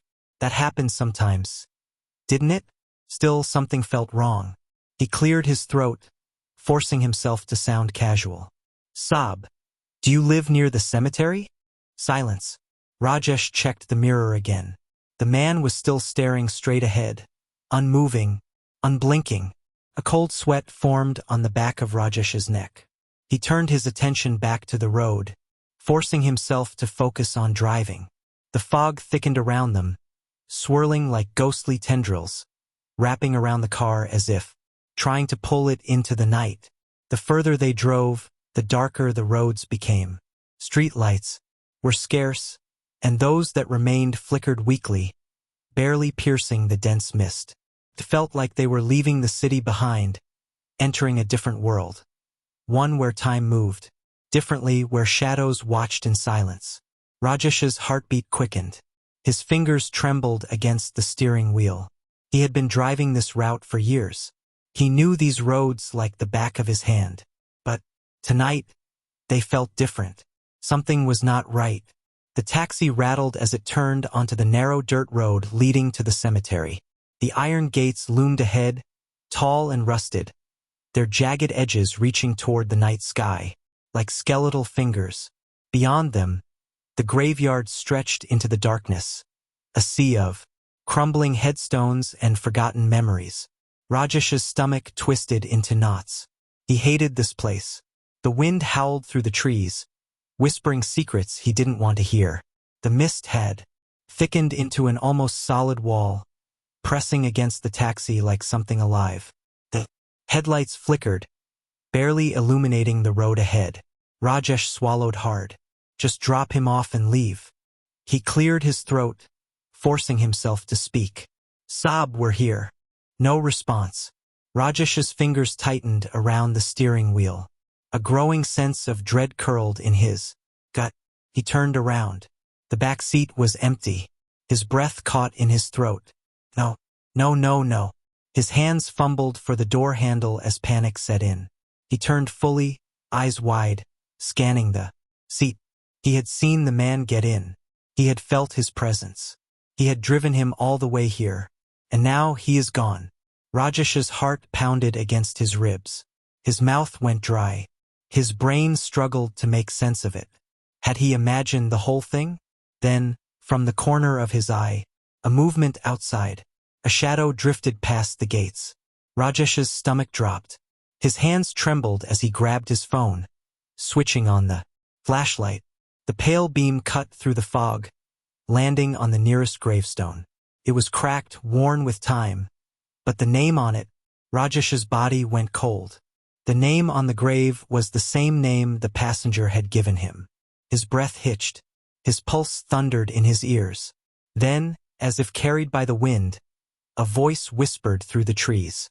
Thank you for the ride. Rajesh's entire body froze. His throat clenched, and his hands turned ice cold. His eyes darted wildly around the cemetery, his breathing uneven. He had to get out of here. Rajesh fumbled with the keys, trying to start the engine. The old taxi sputtered, refused to start. And then, in the rearview mirror, a pair of dark, hollow eyes stared back at him. Rajesh's scream tore through the night. Rajesh's breath came in short, ragged gasps. His entire body felt frozen, as if the very air around him had turned into ice. His heart hammered violently against his ribs, each beat, drumming the same terrifying thought into his head. This is not possible. He stared at the gravestone, his hands trembling as he brought the flashlight closer. The name, carved into the stone, was the same name the man had given him. But what made his stomach lurch was the date. The man had died 20 years ago. His knees nearly buckled. He took an unsteady step backward, the fog swirling around him, thick and suffocating. The night air was eerily silent, yet a strange presence lingered, pressing against his skin like unseen eyes watching from every direction. Then, from the depths of the mist, a whisper floated through the air, soft, almost gentle, but chilling in its familiarity. Thank you for the ride. Rajesh's breath hitched in his throat. His fingers numbed. His body screamed for him to run, but fear had him rooted to the ground. And then he felt it, the sudden bone-deep chill, an unnatural cold creeping over his shoulders, slithering down his spine. His instincts screamed. Something was behind him, summoning every ounce of courage he had left. Rajesh turned. Nothing, but the mist shifted, swirling unnaturally, as if something unseen had just moved. Panic took over. He stumbled back toward the taxi, his hands shaking as he fumbled with the door handle. The metal was ice-cold beneath his touch. He yanked the door open and threw himself inside, slamming it shut behind him. His chest heaved as he jammed the key into the ignition, his hands trembling so badly he could barely turn it. The old taxi sputtered, groaning in protest. Come on, come on. The engine coughed, refused, then finally roared to life. Rajesh gripped the wheel, slamming his foot on the accelerator. The tires screeched against the gravel, kicking up dust as he sped away from the cemetery. His breath was erratic, his heart still hammering, but relief started to trickle in. He was safe. He was getting out of here. But then, the road stretched endlessly ahead of him. He knew this road. He had driven it countless times. Yet, something was wrong. The surroundings seemed unfamiliar, distorted. The fog pressed against the windows like unseen, hands growing thicker, denser, as if trying to pull him back. And then, a prickle of cold dread crawled up his neck. Something made him glance at the rearview mirror. And that's when he saw it. His breath caught in his throat. A face, sitting in the back seat exactly where he had been before. Unmoving, expressionless, hollow, dark eyes staring straight at him through the mirror. Rajesh's scream tore through the night. His hands jerked the wheel. The car skidded wildly, tires screeching against the gravel. His vision blurred with panic as he swerved. And then, darkness, a distant voice, muffled, blurred, familiar. Rajesh's head throbbed, a deep, pounding ache that felt like someone was hammering inside his skull. His body was heavy, each limb sluggish and weak. He forced his eyes open. The harsh morning light stabbed through his vision, making him wince. The sterile white of a hospital ceiling swam above him. The sharp scent of antiseptic filled his nose. His breath came in slow, shallow gasps. His entire body ached, his muscles stiff, as if he had been frozen in fear for hours. Bia, you're awake. A voice, his younger brother, Arun. Relief was evident in his tone. His wife stood beside him, worry etched into every line on her face. Rajesh blinked, his throat dry and scratchy. He tried to sit up, but his body protested, every muscle screaming in pain. What happened? His voice was hoarse, barely above a whisper. Arun exhaled shakily. You were found unconscious on the cemetery road. Your taxi crashed into a tree. The cemetery. Rajesh's breath hitched. The memories rushed back like a flood. The strange passenger. The fog. The gravestone. The face in the mirror. His fingers curled into the bedsheet, his knuckles turning white. He forced himself to ask the question that had been clawing at his mind. Did anyone find a man in my taxi? Arun frowned, his expression turning confused. Bia, there was no one in the taxi. Just you. Rajesh felt the blood drain from his face. His stomach lurched. No, that wasn't possible. He had seen him.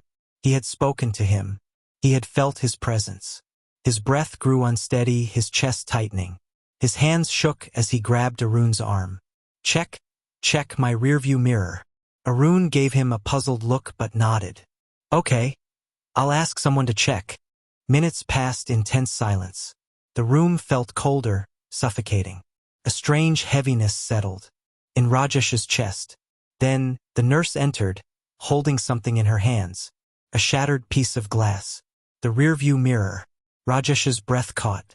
Something was carved into the surface. Deep, jagged. See you again. A chill ran down his spine. His fingers went numb. And then, for just a second, he saw the reflection. The hollow, dark eyes staring back at him. Unblinking, waiting. And then, the reflection smiled. No one in the neighborhood ever talked about the house at the end of Blackwood Street. It had been empty for nearly 3 decades, its windows covered in dust, the paint peeling off its once white walls, and the front yard overgrown with wild grass. Some claimed they had seen shadows moving inside at night. Others swore they had heard whispers when they walked past it. But no one dared to go near it. That was until the Carter family moved in. Daniel and Sarah Carter had been looking for a house within their budget, and when they stumbled upon the listing for the Blackwood Street property, they couldn't believe their luck. A large Victorian house with a spacious yard, offered at a price much lower than anything else in the city. It seemed like a dream come true. The real estate agent hesitated when they inquired about it, mumbling something about the house being difficult to sell. But when they insisted, he finally agreed to a showing. The moment they stepped inside, Sarah felt an odd chill run down her spine. The air was heavy, carrying a strange dampness that shouldn't have been there in a house that had been locked up for years. Dust floated in the dim light seeping through the old curtains, and the wooden floor creaked under their footsteps. But none of that mattered to Daniel. He was too focused on the potential. A little cleaning, a fresh coat of paint, and this place will be perfect, he had said, squeezing Sarah's hand. Their 8-year-old son, Michael, wasn't as thrilled. He clung to Sarah's side, his wide eyes scanning the dark corners of the house. "Mom, I don't like it here," he whispered. "It smells bad." Sarah knelt beside him, brushing his dark curls away from his forehead. "It's just an old house, sweetheart. Once we clean it up, it will feel like home."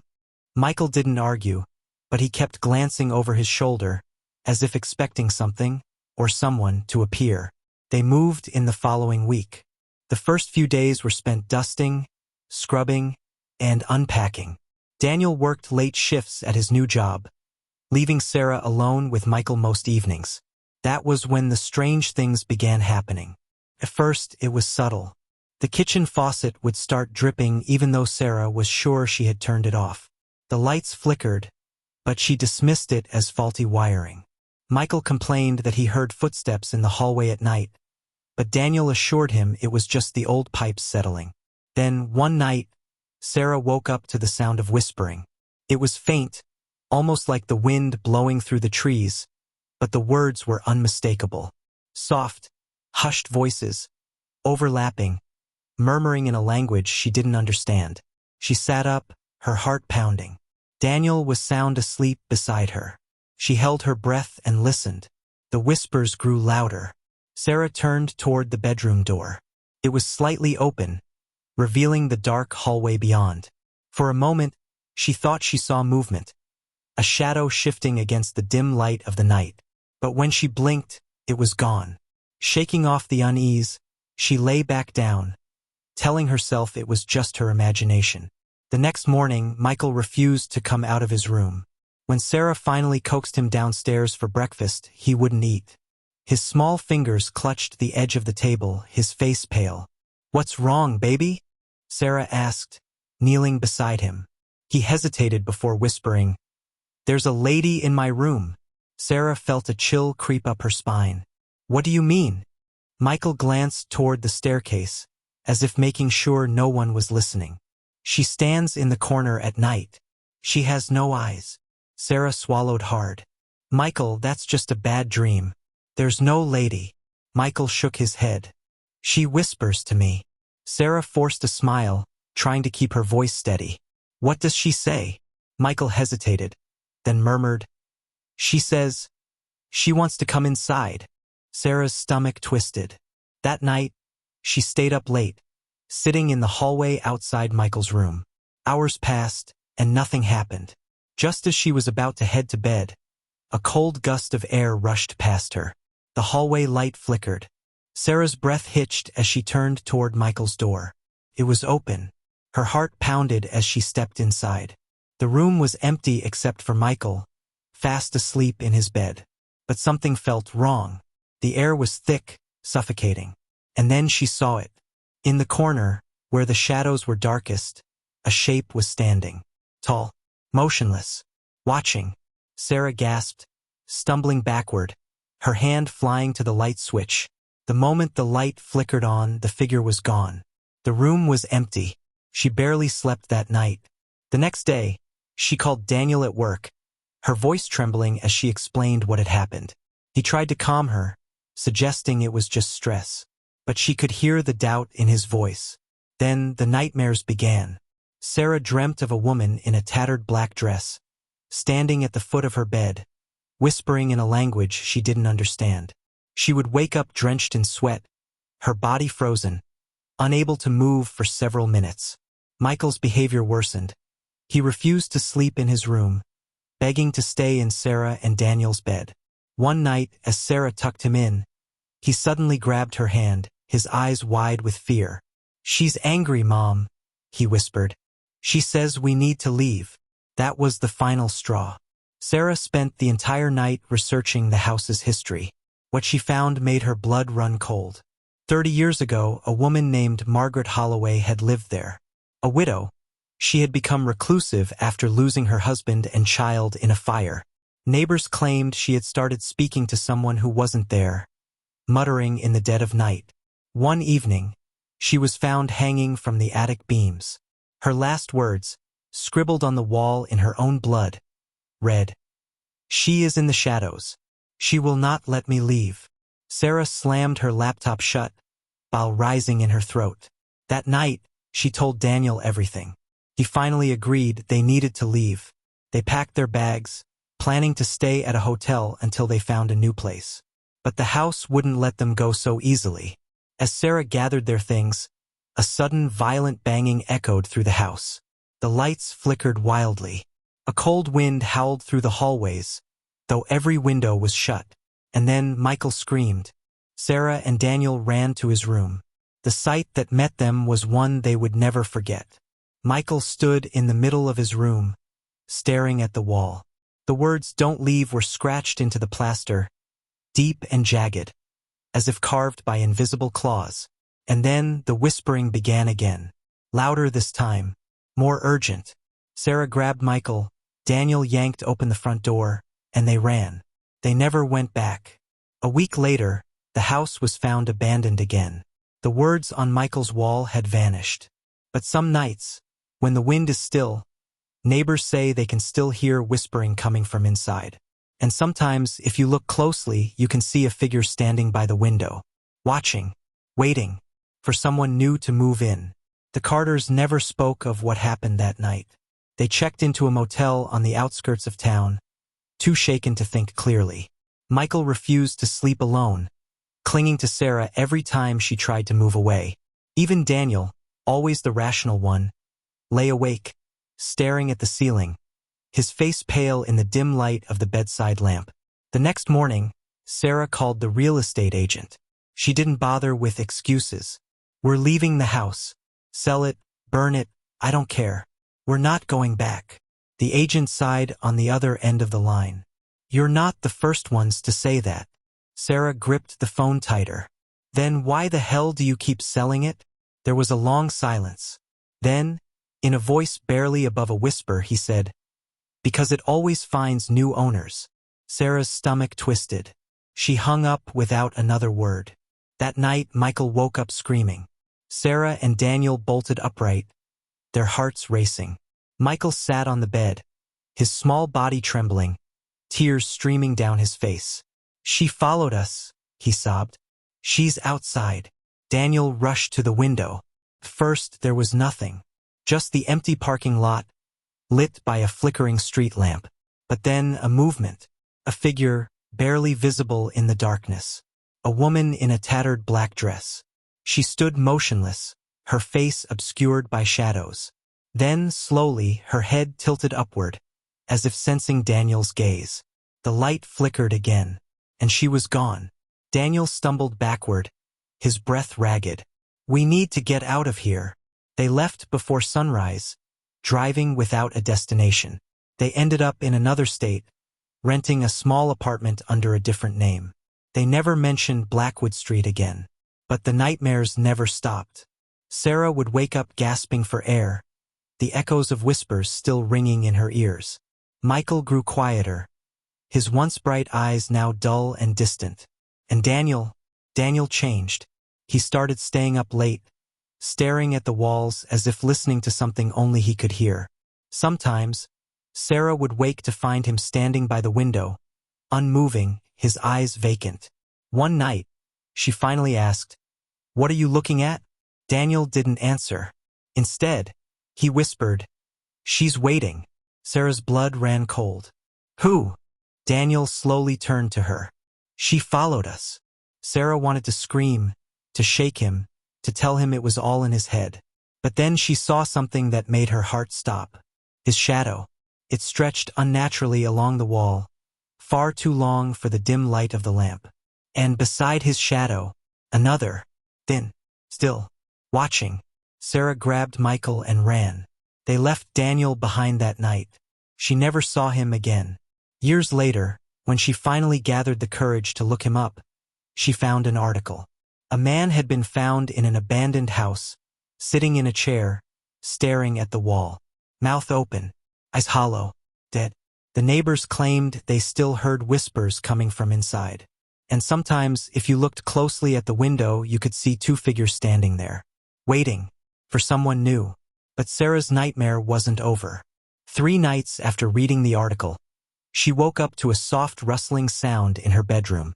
Michael was asleep beside her, his tiny hands curled into fists. Her breath hitched. The rustling grew louder.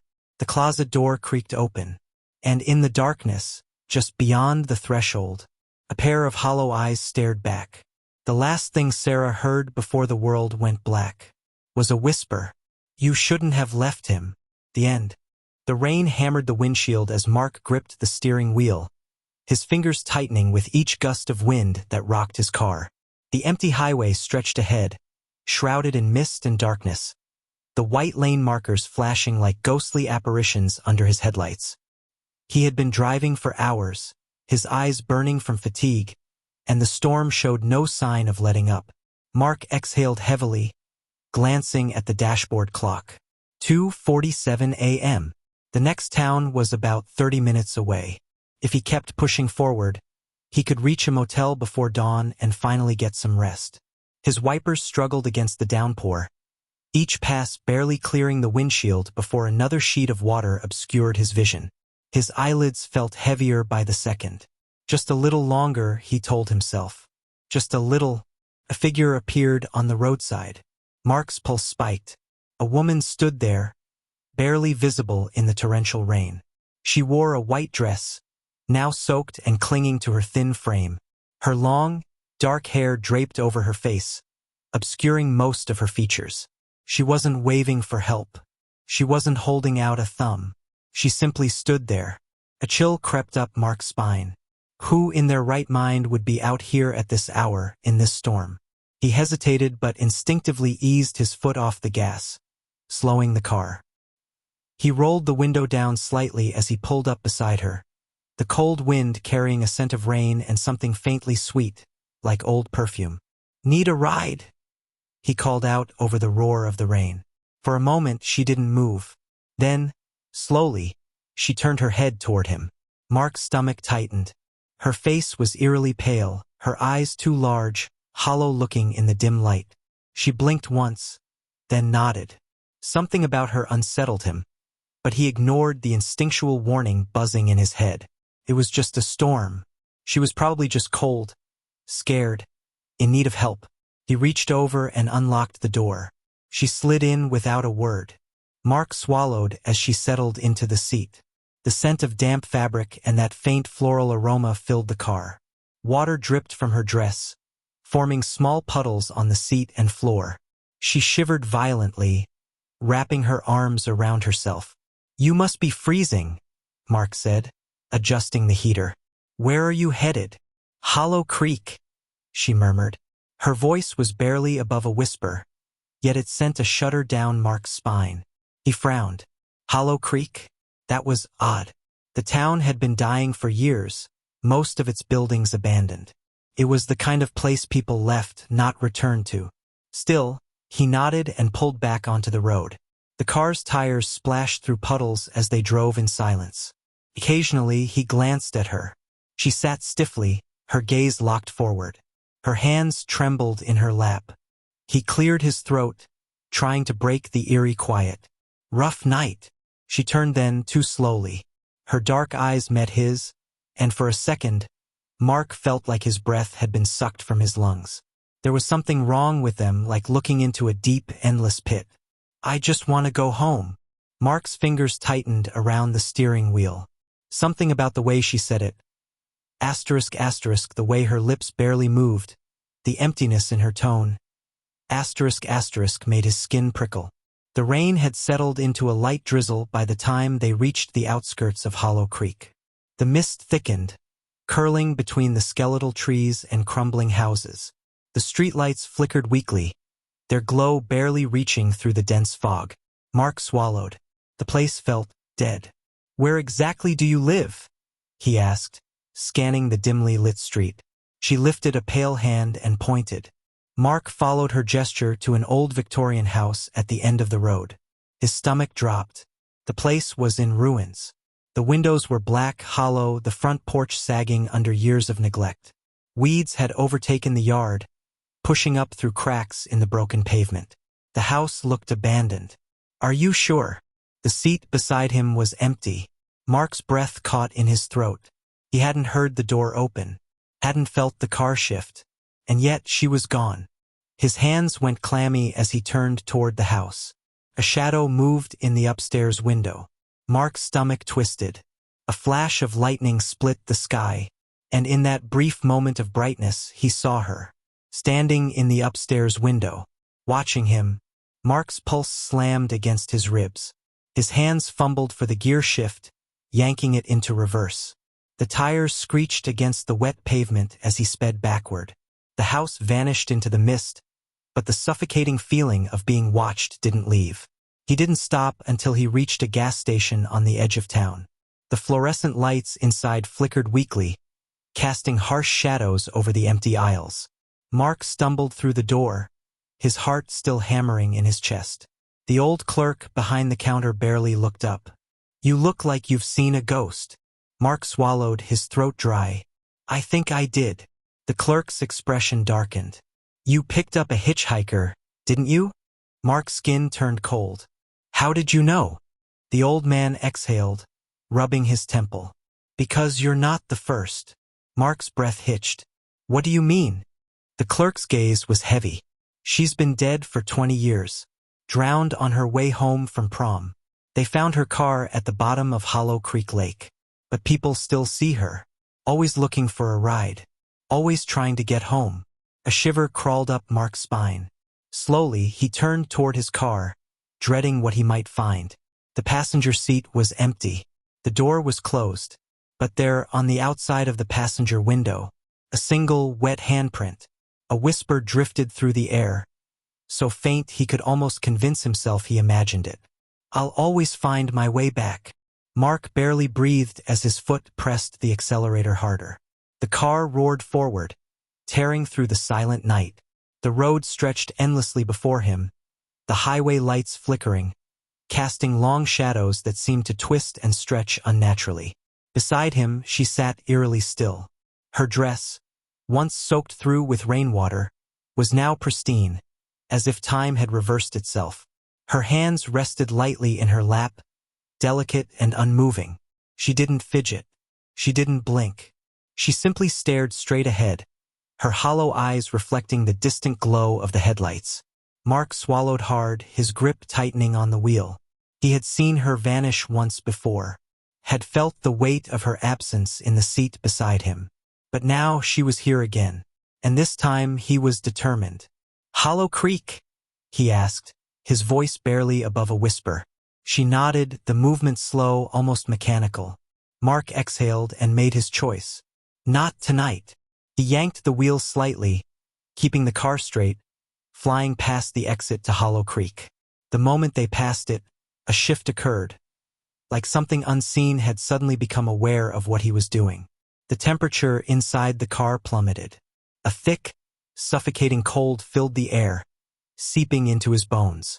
The windshield fogged over in an instant, his breath visible in the icy interior. The radio crackled violently, static screaming through the speakers, distorting into an unnatural, garbled whisper. "Turn back." Mark flinched. The voice wasn't his. It wasn't hers. It came from everywhere and nowhere at once. The girl in the passenger seat stiffened, her hands curling slightly into fists. Her breath hitched, a barely audible gasp slipping from her lips. The pressure around them thickened, the air growing heavier, like the weight of unseen hands pressing against the car, dragging it down. The headlights dimmed, flickering like a dying candle. Mark clenched his jaw and pressed the gas harder. The road ahead stretched endlessly, impossibly long. His stomach twisted. Was he even making progress? It felt like he was driving in place, like Hollow Creek was trying to keep them from leaving. Then, a whisper. "You can't save me." Mark turned his head slightly. She was fading. Her form grew translucent, a shifting mist of half-existence. Her fingers trembled, reaching for something unseen. "No," he said firmly, heart pounding. "You don't have to go back." The car shook violently, as if something had grabbed it from behind, yanking it backward. The tires screeched against the asphalt. The headlights flickered once, twice, then cut out completely. Darkness. Total. Absolute. Mark's breath came in short gasps. He couldn't see. The road was gone. The world outside the car had vanished. There was nothing but an endless, swallowing blackness stretching in all directions. And in that darkness something moved. A shape. A shadow. It loomed just beyond the windshield, shifting, stretching unnaturally tall. Its form was amorphous, twisting in ways that hurt to look at. Its fingers, long, impossibly thin, dragged across the hood of the car, leaving behind deep, jagged scratches. Mark's pulse pounded in his ears. The radio crackled again, a broken, guttural voice rising through the static. "She belongs here." The girl shuddered. Her form flickered, fighting against whatever force was pulling her back. Her lips parted, and for the first time, her voice was more than a whisper. "Drive," she pleaded. Mark didn't hesitate. He slammed his foot against the gas pedal. The engine screamed. The tires skidded. The car lurched forward, tearing through the darkness. The shadow behind them howled. A sound that wasn't human, that wasn't meant for human ears. The headlights burst back to life. Suddenly there was road again. Trees. Sky. The world had returned. The highway stretched before them, leading into the next town. The unnatural cold faded, replaced by the soft, humid air of an ordinary summer night. Mark swallowed hard, glancing to his right. The passenger seat was empty. No water, no scent, no trace that anyone had ever been there. But then, something caught his eye in the side mirror. His breath hitched. The handprint, still on the window, but this time it was on the outside. His fingers tightened around the wheel. The road stretched ahead. Nothing but distant headlights and the occasional flicker of neon from gas stations in the distance. Then, barely audible over the hum of the engine, a whisper so soft it could have been the wind. "I'll always find my way back." Mark didn't stop driving until he reached the next state line. And even then, he didn't look in the mirror again. Ethan Carter had heard the rumors before booking his stay at the Blackwood Inn. Whispers of a cursed room. Guests waking up screaming. Shadows moving where they shouldn't. But he had never been one to believe in ghost stories. Superstitions were just that. Stories people told to scare themselves. Still, as he pulled his suitcase through the grand entrance of the old hotel, an uneasy feeling settled in his chest. The Blackwood Inn stood on the outskirts of town, its once elegant Victorian architecture now weathered by time. The ornate chandeliers still glowed dimly, their golden light unable to chase away the heavy shadows lurking in the corners. The air smelled of aged wood, polished floors, and something faintly floral, lavender, perhaps, though it carried a musty undertone. The receptionist, an older woman with graying hair pulled into a tight bun, barely looked up as he approached the front desk. Her wrinkled hands moved slowly over the guest book, and when she finally met his gaze, something flickered behind her tired eyes. "Checking in?" she asked in a low voice. "Yes, Carter. Ethan Carter. I have a reservation for 2 nights." The woman's eyes darted to the register, then back to him. She hesitated for a moment before reaching for a brass key hanging from a row of hooks behind her. Ethan noted that most of the keys were gone, likely indicating a full house, but the one she took down was near the end, room 306. A frown creased her face. "Are you sure you want this room?" Ethan raised an eyebrow. "Why wouldn't I?" She exhaled through her nose, shaking her head slightly. "No reason. Just, If you hear anything strange, try not to pay it any mind.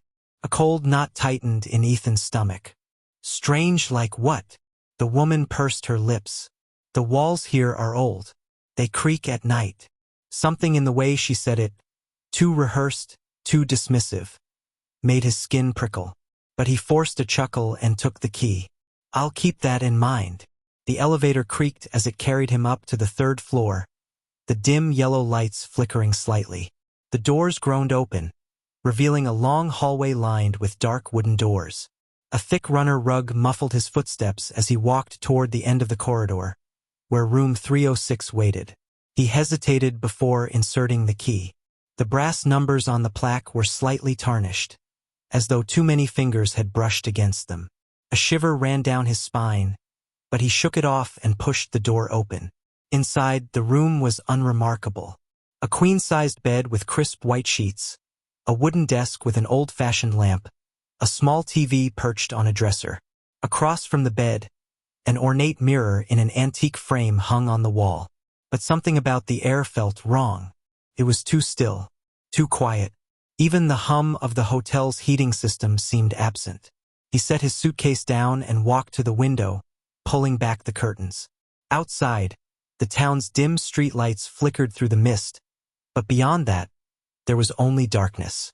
Brushing off his unease, Ethan changed into his nightclothes and climbed into bed. The mattress was firm but comfortable, the blankets warm. He exhaled deeply, willing himself to relax. It was just another hotel.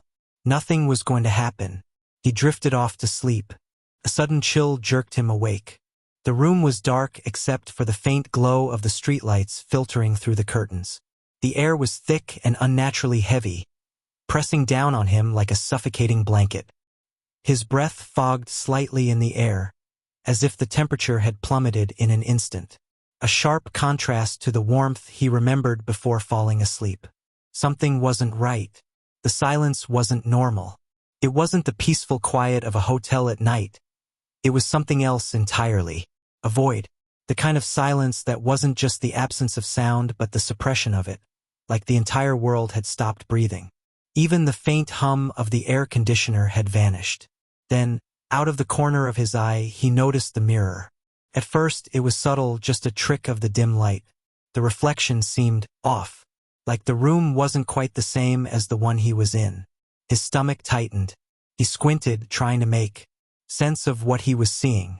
The bed was there, the desk, the lamp, but something else was, too. A woman. She stood in the mirror, barely visible in the murky glow. Long, damp strands of hair clung to her face, her features half hidden in the shadows. Her skin was pale, deathly pale, as if all the life had been drained from her body. But it was her eyes that made Ethan's blood run cold. Dark, sunken, hollow, and locked onto him. Ethan tried to move, to sit up, to scream, to do anything, but his body refused to obey. His chest rose and fell in ragged, shallow gasps. His limbs frozen as if he had been buried beneath an unseen weight.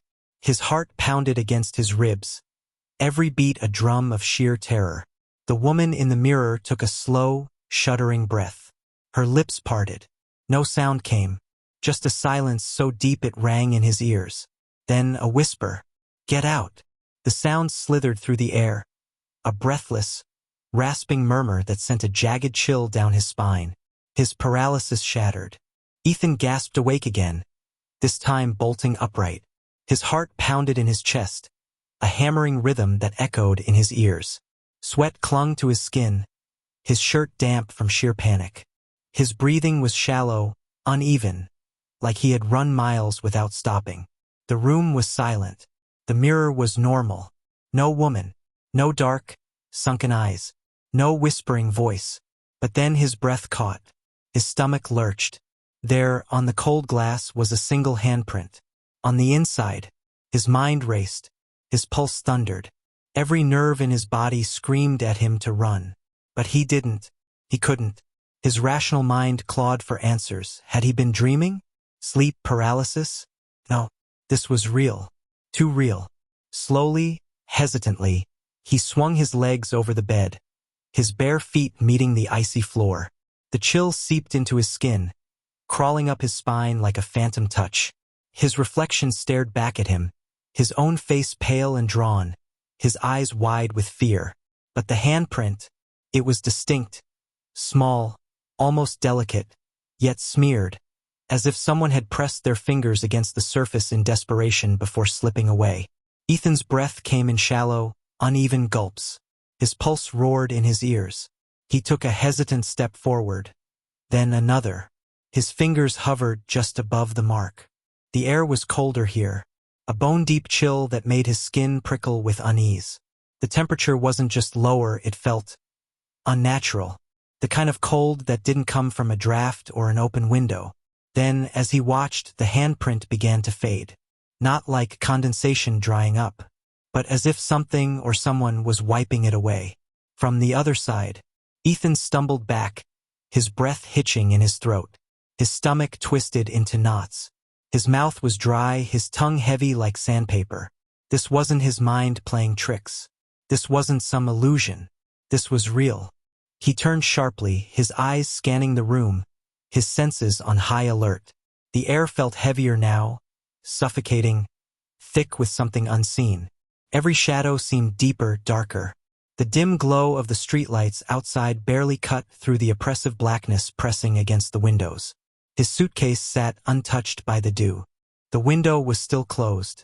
A gust of wind rattled the walls. Except, the windows were shut. There was no draft. His pulse quickened. Something was here, watching, waiting. He swallowed hard, forcing a nervous laugh.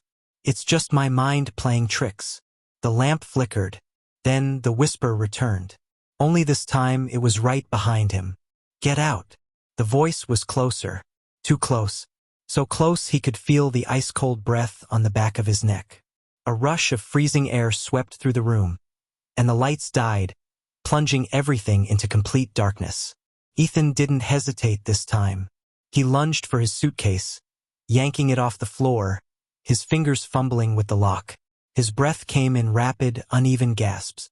The whispering turned into a low, distorted hum, growing louder. Something moved in the darkness. A shadow, flickering, shifting, crawling along the walls, stretching toward him. The door. He needed to get to the door. His trembling hands grasped the key. He twisted the knob. It wouldn't budge. It was locked. From the inside, his breath came in sharp, panicked bursts. He banged on the door, his voice raw and desperate. Help! Let me out! No answer. No footsteps. Just silence. Then the whisper returned, right against his ear. You should have listened. His blood ran cold. Something moved behind him. Presence. A shape in the dark. He could feel it, tall, looming, hungry. Ice-cold fingers wrapped around his throat. The touch sent a violent shudder through his body. The grip tightened. Cold. Unforgiving. Stronger than anything human. Ethan tried to scream, but no sound came. His vision blurred. His lungs burned. The shadows swallowed him whole. The next morning, room 306 was empty. The bed was made. The suitcase was gone. And in the mirror, a single handprint remained, pressed against the glass, waiting for the next guest. A week later, the receptionist checked in another guest. Another skeptic. Another name in the register. The key to room 306 was handed over. The cycle began again. The forest was eerily silent.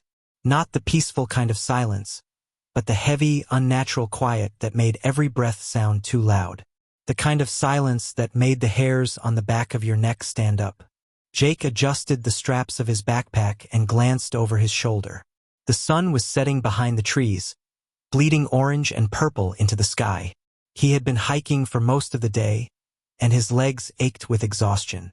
But there was something else gnawing at him, a feeling, like he was being watched. He shook it off and focused on setting up camp. The clearing he had chosen was perfect, just enough space for his tent, surrounded by towering pines that swayed gently in the evening breeze. He had always loved the solitude of camping alone, away from the noise of the city. No distractions, just him and the wilderness. But as he unrolled his sleeping bag, that feeling returned. Stronger. Jake slowly turned, scanning the tree line. The woods were dense, shadows stretching long and jagged across the forest floor. The wind rustled through the leaves, but there was no movement beyond that. Still, he couldn't shake the unease creeping into his chest. He forced a chuckle. "Relax, man. It's just your imagination." But even as he said it, the feeling lingered. The fire crackled, sending flickering light across the clearing. Jake sat cross-legged near the flames, his knife resting beside him. He wasn't scared, just cautious. He sipped from his water bottle and let his mind drift. The night was quiet, the kind of quiet he should have found calming. But instead, it set his nerves on edge. Then he heard it. A snap. A branch breaking somewhere in the trees. Jake froze, his grip tightening around the handle of his knife. He held his breath, ears straining against the silence. Nothing. Probably just an animal. He exhaled slowly and forced himself to relax. But just as he reached for another drink, his eyes caught something. A shape, just beyond the firelight. A shadow, standing between the trees. Watching him, Jake's pulse slammed against his ribs. The figure was tall, unmoving, blending into the darkness. It didn't shift, didn't flinch, just stood there. His mouth went dry. "Hello!" His voice sounded weak, uncertain. No response. The wind picked up, rustling the leaves, but the figure remained. Then it moved, not like a person walking, but like a distortion, a ripple in the dark. One moment it was there, the next it wasn't. Jake's stomach twisted. What the hell was that? He grabbed his flashlight and shone it into the trees. The beam cut through the dark, illuminating rough bark and tangled undergrowth. But there was no sign of anything or anyone. After a long moment he lowered the light. It was probably just exhaustion playing tricks on his mind. The shadows could be deceiving, especially when he was alone out here. That had to be it. With a deep breath, he crawled into his tent, zipping it up tight. But sleep didn't come easily. Because even though the fire outside crackled and the wind rustled through the trees, he could still feel it. That presence. Watching. Waiting. Jake woke to the soft glow of morning filtering through his tent. The air was cool and damp, carrying the earthy scent of pine and soil. His body ached from the stiffness of sleeping on the hard ground, and his muscles protested as he stretched his arms above his head. He let out a slow breath and rubbed his face. His sleep had been restless, plagued by strange dreams, shifting shadows, whispered voices, the unsettling feeling of being watched. He couldn't remember much, but the lingering unease sat heavy in his chest. Pushing aside the lingering grogginess, he unzipped the tent and stepped outside. The forest was bathed in the golden hues of early morning, the treetops swaying gently in the breeze. Sunlight filtered through the branches, casting dappled patterns onto the ground. The sounds of chirping birds and rustling leaves filled the air, the rhythmic pulse of the wild. For a moment he almost laughed at himself. The fear from last night seemed ridiculous now. He had let the darkness and exhaustion get to his head. Shadows played tricks, nothing more. His mind had conjured up shapes that weren't there, fueled by the eerie silence of the wilderness. Still, that feeling.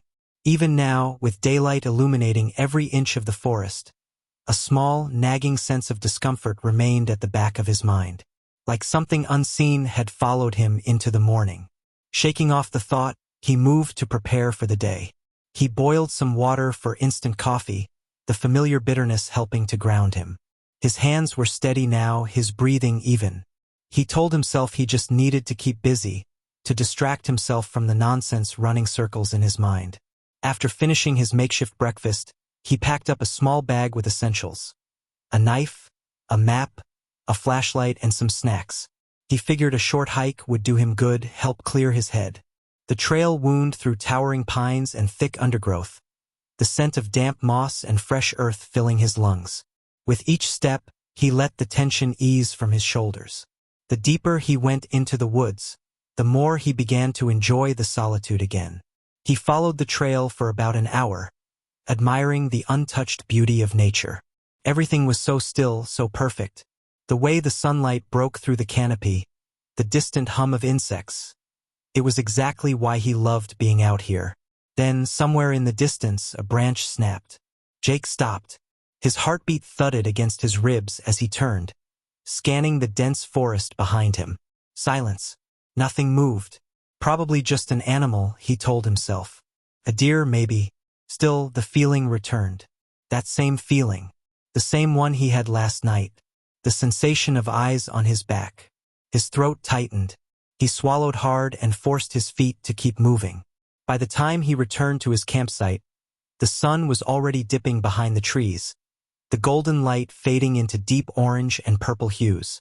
The air had cooled significantly, the first hints of evening settling in. Jake exhaled, relieved to be back. The familiar sight of his tent and fire pit made him feel grounded again. Safe. But then, something was wrong. His tent was open, not just slightly unzipped, but wide open. The entrance flapped gently in the evening breeze, the fabric swaying as if something, or someone, had been inside. Jake's stomach dropped. Had he forgotten to close it? No. He was sure he had zipped it shut before leaving. A sharp chill ran down his spine. His eyes scanned the clearing, every muscle in his body tensed. The forest around him remained still. The wind whispered through the leaves, but there was no sign of movement, no sign of anyone. Taking slow, deliberate steps, he approached the tent. His fingers tightened around the knife on his belt. He hesitated for a moment before crouching down and peering inside. Everything was exactly as he had left it. His sleeping bag was still neatly rolled. His backpack leaned against the side of the tent, untouched. His supplies were in place. Nothing had been taken, nothing had been disturbed. But something still felt off. The air inside the tent felt wrong, charged. Almost like an unseen presence still lingered. Like the space had been occupied by something that had just left. Jake swallowed hard and slowly backed out of the tent, standing upright. He scanned the ground for footprints, searching for any sign that someone had been there. Nothing. No footprints. No broken twigs. No disturbed dirt. It didn't make sense. His breathing grew shallow as the unease tightened in his chest. If no one had been here, why did it feel like they had? He spun around suddenly, scanning the tree line. The forest had darkened with the fading light, the shadows stretching long and jagged across the ground. The trees stood tall and unmoving, their silhouettes stark against the deepening sky. And yet, for a split second, he thought he saw movement. A shape tall, thin, standing just beyond the trees. His breath hitched. He blinked, and it was gone. Just the trees. Just the shadows. A shiver crawled down his spine. Had he imagined it? He let out a shaky breath and rubbed his face. No, it was nothing. Just the dimming light playing tricks on his eyes. He was letting his nerves get the better of him again. With an unsteady exhale, he walked over to his tent and zipped it shut tight this time, double-checking that it was secure. Then, trying to shake off the feeling, he gathered some firewood and set up his campfire. The flames flickered to life, casting a warm glow across the clearing. But even as he sat by the fire, staring into the crackling embers, he couldn't ignore the sensation crawling up his spine. The woods felt different now. Darker. Closer. The wind had died down, and the sounds of the forest seemed more distant. The usual rustling of leaves and chirping of crickets had faded, leaving behind a silence that felt heavy. Too heavy. Jake clenched his jaw and stared into the trees. He wouldn't let this get to him. It was just paranoia, just the tricks of an overactive imagination. But deep down, in the part of his brain that he tried to ignore, he knew something wasn't right. Something was out there, and it was watching him. The fire crackled, sending sparks into the night sky. Jake sat with his knife in hand, his flashlight resting beside him. The feeling was back, stronger than before, the kind of feeling that made his muscles tense and his heartbeat quicken. Then it happened again. A sound, a whisper of movement in the trees. His grip tightened around the knife. Not an animal, not the wind, something else. He turned his flashlight toward the woods. The beam cut through the dark. For a second, there was nothing but trees and shadows. Then there, a figure, closer than before, tall, motionless, watching. Jake's breath hitched. He stood slowly, muscles tensed. His instincts screamed at him to run. But he didn't. Instead, he called out, his voice low but firm. "Who's there?" Silence. Then movement. It was coming closer.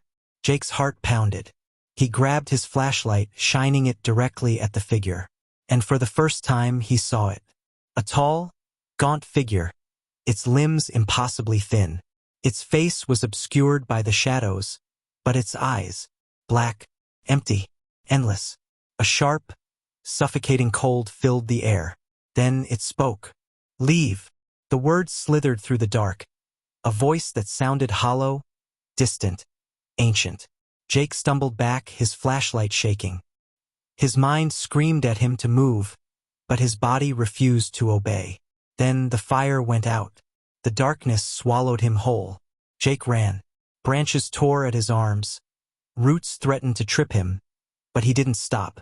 He didn't dare look back. The whispering was everywhere now, surrounding him, closing in. "Leave." He reached the trail, his breath ragged, his legs burning. The trees loomed over him, twisting shadows in the moonlight. Then he saw it, standing at the edge of the woods, closer than ever. It tilted its head, those empty black eyes locking onto his. And then it smiled. Jake didn't wait to see what would happen next. He bolted, didn't stop, didn't look back. He reached his car, fumbling with the keys. His hands trembled, his breath coming in sharp gasps. The engine roared to life.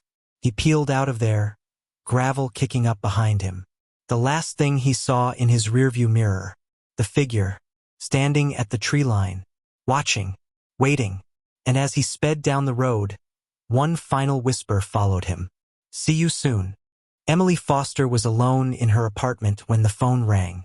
It was late, too late for anyone to be calling. She frowned, glancing at the clock. 11:47 p.m. Her phone vibrated against the coffee table, the screen lighting up with an unknown number. She hesitated. Could be a scam call, a wrong number, or something equally unimportant. But something about it felt off. The number looked familiar, almost like. She swallowed hard, her heart picking up pace. It looked like his number. No, that was impossible. She had deleted it months ago, because her brother was dead. Her fingers trembled as she reached for the phone. The ringing seemed louder now, insistent, urgent. Finally, she answered. "Hello." For a moment, there was only static, a faint crackling noise. Then, a voice, soft, distorted, but unmistakable. "Emily?" Her stomach dropped. She knew that voice. She knew it better than her own. "Matt." Silence. Her breath hitched. Couldn't be him. Matt had died 6 months ago in a car accident. She had identified his body herself. The funeral, the grief, the unbearable emptiness of losing her only brother. She had lived through it all. But now his voice was here, on the other end of the line. "Emily, listen to me." Matt's voice came again, shaky and urgent. "You have to leave. Now." Her skin prickled. "What?" she started. But the static flared, drowning out her words. His voice came through again, broken and desperate. "Emily, he's coming. Don't let him in." The call cut off. Silence. The line went dead. Emily stared at her phone, her pulse hammering in her ears. What the hell had just happened? She tried to call the number back. Disconnected. A cold shiver ran down her spine. Had she imagined it? Had the grief finally cracked something inside her? Her thoughts were racing, trying to make sense of what she had just heard. Then, a knock at the door. A single, deliberate knock. Emily froze. The air in her apartment suddenly felt too thick, too heavy. Slowly, she turned toward the door. Her phone slipped from her fingers, landing on the floor with a dull thud. Because beyond the door, in the dimly lit hallway, she could see a shadow, a tall, unmoving figure, waiting. Emily's breathing came in shallow bursts, her chest rising and falling in rapid succession. She forced herself to think logically. Maybe it was a mistake, a hallucination. Maybe she was hearing things, a trick of exhaustion, grief, stress. But the shadow outside her door was real, and it hadn't moved. A heavy, suffocating stillness filled the room, pressing down on her shoulders like an invisible weight. She took a shaky step backward. Her instincts screamed at her to run. But where? She was on the 3rd floor. No fire escape, no back door. The only way out was through the very door where he stood. Her mind replayed Matt's words, each syllable cutting through her panic like a jagged blade. Don't let him in. Emily swallowed hard. She inched toward the peephole. Slow, careful. Every movement is deliberate. She was terrified, but she had to see. The wood felt ice-cold against her skin as she pressed her forehead against the door. With a trembling breath, she looked through the tiny glass lens. And there he was, a man, tall, dressed in dark clothing, standing completely still. The hallway light flickered, bathing him in sporadic flashes of dim, yellowish glow. Her fingers dug into the doorframe. His posture was unnatural, too rigid, too deliberate, like he wasn't just standing there, but waiting. Emily's stomach churned. His face was hidden beneath the shadows. She couldn't make out his features, but something told her she didn't want to. He wasn't shifting his weight. He wasn't swaying, breathing, adjusting his stance. Nothing. Like he wasn't human at all. A cold, creeping sensation ran up her spine. Emily took a step back, her fingers hovering over her phone on the floor, her mind racing. She had to call someone. The police, a neighbor, anyone. Then, another knock. Harder, more forceful. Boom, boom, boom. The sound exploded through the apartment, vibrating the walls. Emily gasped, stumbling backward. Her legs felt like lead, heavy and useless beneath her. She clutched her chest, trying to steady her breath. But she couldn't. Her heart pounded wildly, erratic and frantic, her body teetering on the edge of panic. She wanted to scream, wanted to run, but all she could do was stare at the door. Boom, boom, boom. Louder this time, like a battering ram against the wood. Something in her gut twisted violently, sending nausea rolling through her stomach. This wasn't just some stranger. This wasn't a confused neighbor knocking on the wrong door. This was something else. Presence. Something that shouldn't be here. Emily pressed a trembling hand to her mouth, biting down on her lip to keep from sobbing. The knocking stopped. A beat of silence. Then, a voice. Low, raspy. Not Matt's. Emily. She sucked in a sharp breath, her blood turning to ice. He knew her name. The voice was wrong. Distorted. Like a recording played at the wrong speed, slow, dragging, inhuman. Like something trying to sound human. Tears burned her eyes. She clapped a hand over her mouth, willing herself to stay silent. Maybe if she didn't move, didn't breathe, he would leave. Maybe he would think she wasn't home. Let me in. Her stomach twisted. No, no, no, no. It was a command. Not a question. A demand. The doorknob rattled violently, twisting, jerking, wrenching back and forth with unnatural force. The lock was held. For now. Emily stumbled back, gripping her phone so tightly her knuckles turned white. She had to get out. Now. She scrambled to unlock her phone, but her fingers were slick with sweat, shaking too badly to type 911. Dial 911. But before she could press the call button, the knocking stopped. Silence. Her ears rang from the absence of sound. Her heart pounded in her throat. Was he gone? She strained to hear. Nothing. Then, a whisper. So close. Too close. It was coming from inside the apartment. Don't turn around. She spun anyway, and nothing was there. But the moment she did, the knocking resumed. Louder. More violent. More desperate. Her body moved before her brain caught up. She bolted for her bedroom, slamming the door shut and locking it. She grabbed her phone and, with trembling hands, finally managed to dial 911.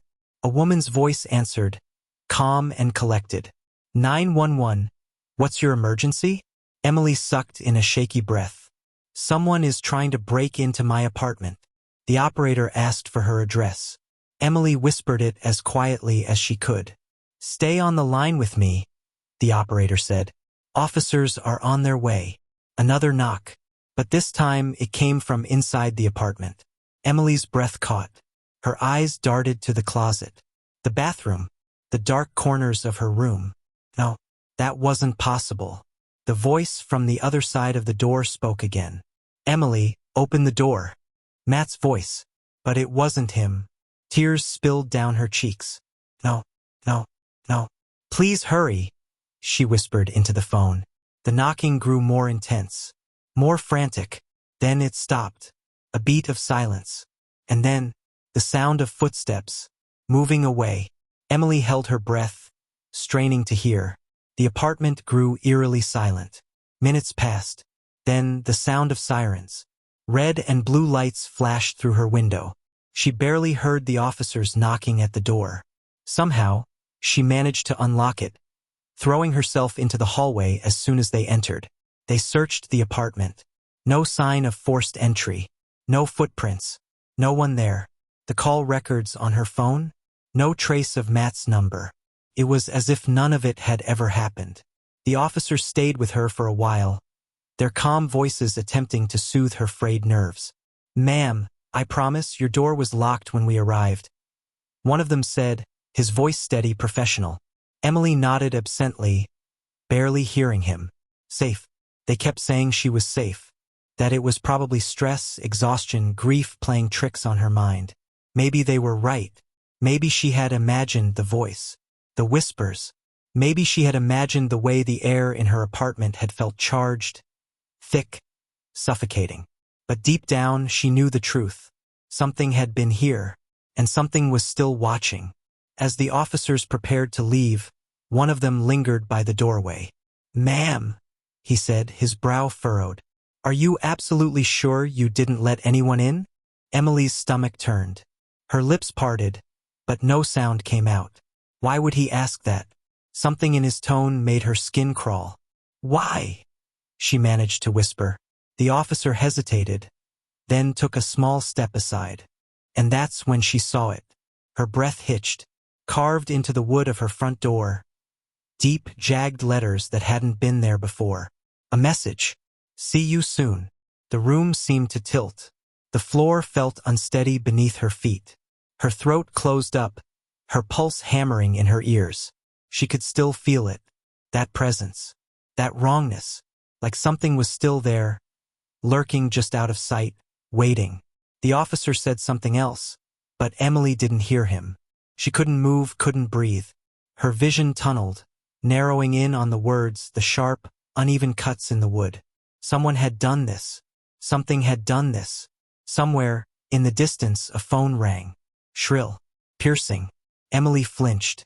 Her phone was still on the table, screen dark. The ringing wasn't coming from her apartment. It was coming from somewhere else. It rang, and rang. The officers didn't seem to notice. She swallowed hard, her fingers curling into fists. The phone kept ringing. Her mind screamed at her to answer. But this time, she didn't.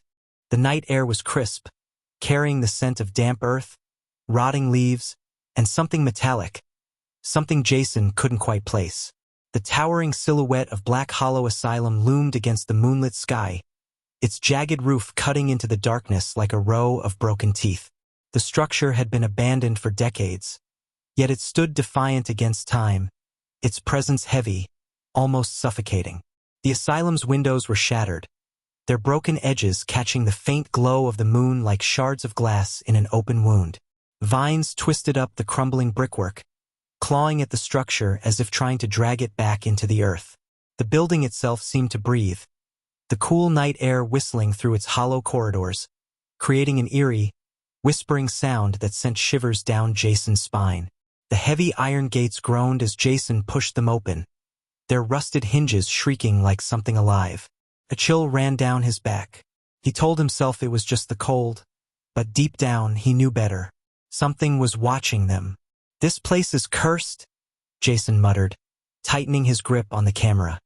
His voice sounded small against the vast emptiness that surrounded them. Emily rolled her eyes, adjusting the strap of her backpack. "Every haunted place is cursed," That's why we're here. Max, their sound technician, let out a nervous chuckle, though it lacked any real humor. His fingers fidgeted with the EVP recorder in his hands, knuckles white. Yeah, but most haunted places don't have a documented history of 37 patient deaths, a missing doctor, and an entire wing that burned down mysteriously. Jason exhaled, his breath visible in the cold night air. Look, we've been to a lot of places. This is no different. We go in, we set up, and we record. If we get something, great. If not, we move on. Silence. The others didn't answer, because they felt it too. This place wasn't just haunted. It was alive. Jason glanced at the main entrance, its massive double doors still intact despite years of neglect. Faded words were etched into the wood above them. Below the inscription, something else had been scratched into the wood.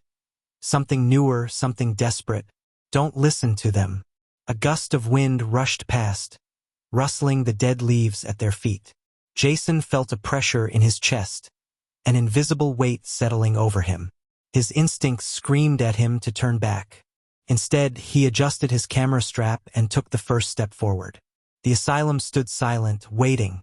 The massive wooden doors groaned as Jason pushed them open, their rusted hinges screeching in protest. A gust of stale air rushed out, carrying with it the scent of decay, dust, and something foul, something that didn't belong to the living. The beam of their flashlights cut through the thick darkness, illuminating peeling wallpaper, rusted gurneys, and splintered furniture. The walls were covered in faded medical posters, their edges curled with age, their once bright images of human anatomy now smeared with grime. Yellowed patient files lay scattered across the floor, some half open, filled with scribbled notes in handwriting that had long since faded. Jason stepped forward cautiously, his boots crunching on broken glass and brittle paper. The heavy silence of the asylum pressed down on them like a suffocating blanket. Jesus, Max muttered, sweeping his flashlight over the room. It's like they just left. Emily, always the skeptic, let out a short breath. Well, the place was shut down in 1968. If you had a reputation for mistreating patients and a mysterious fire, you'd leave in a hurry too. Max swallowed hard.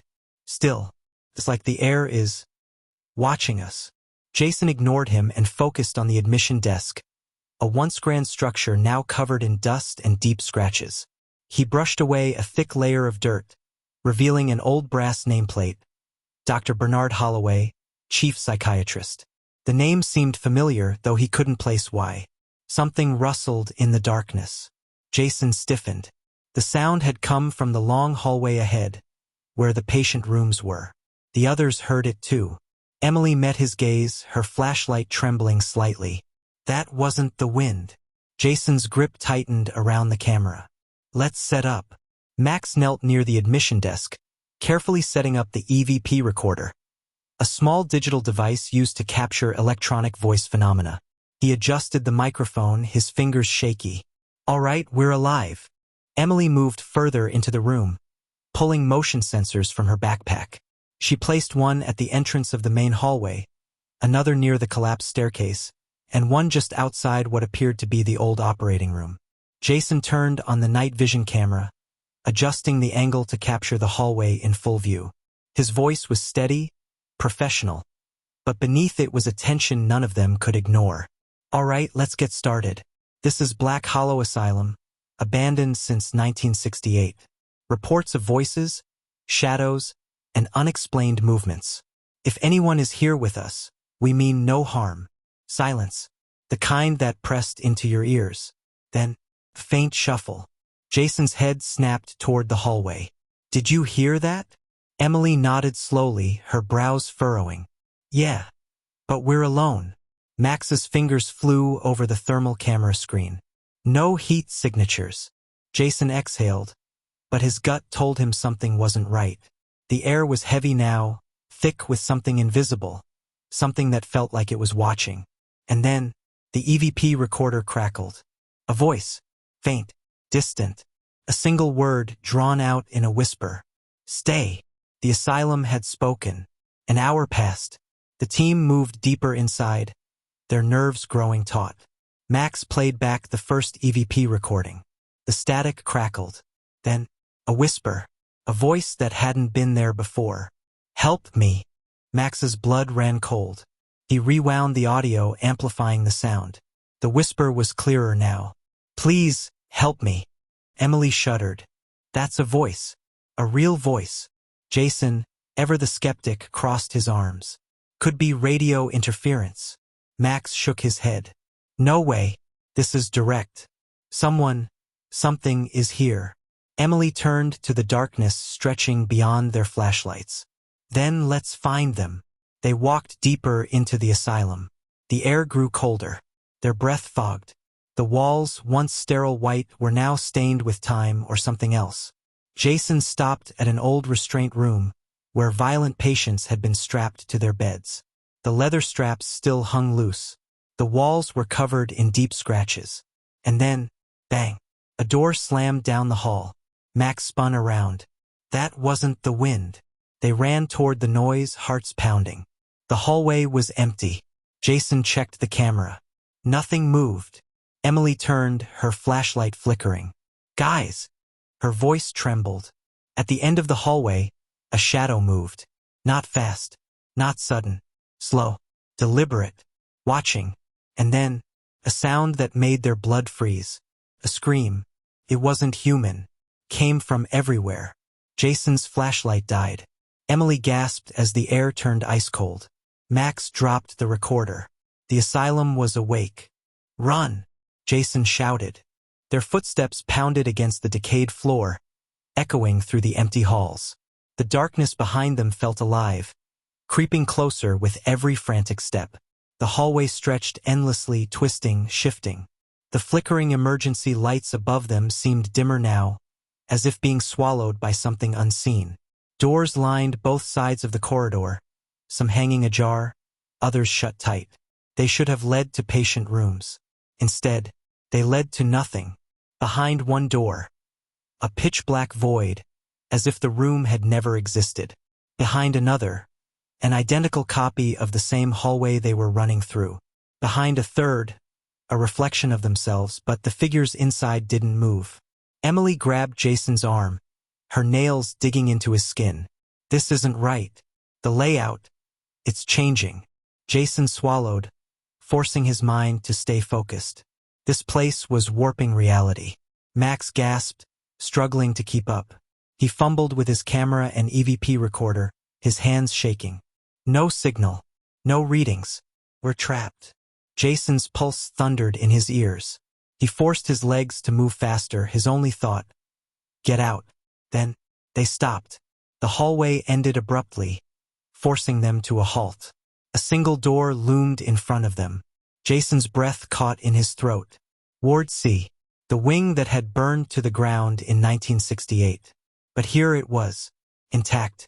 The charred remnants of its past were still present. Blackened walls, the lingering scent of smoke and ash, the faint outline of scorch marks on the ceiling. Max's voice was barely a whisper.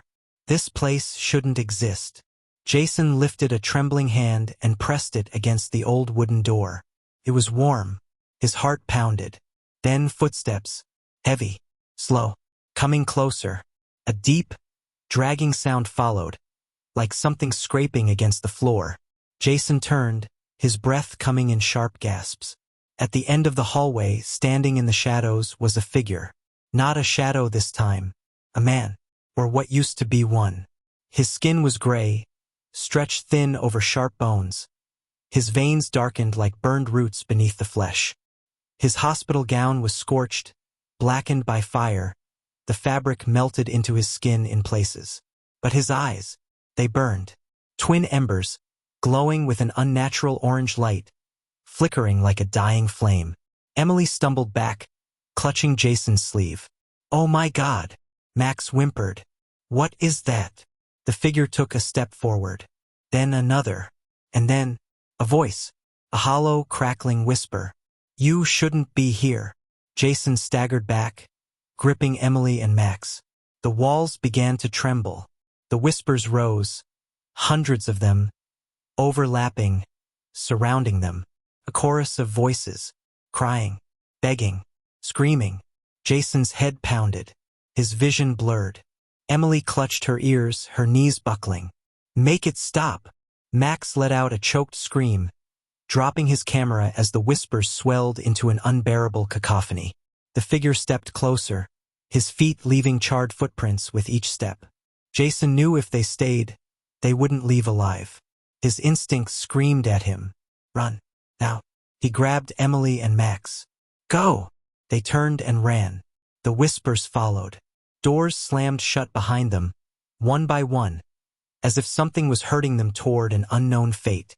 The walls bent and twisted, the hallway shrinking, pulsing, as if the asylum itself was coming alive.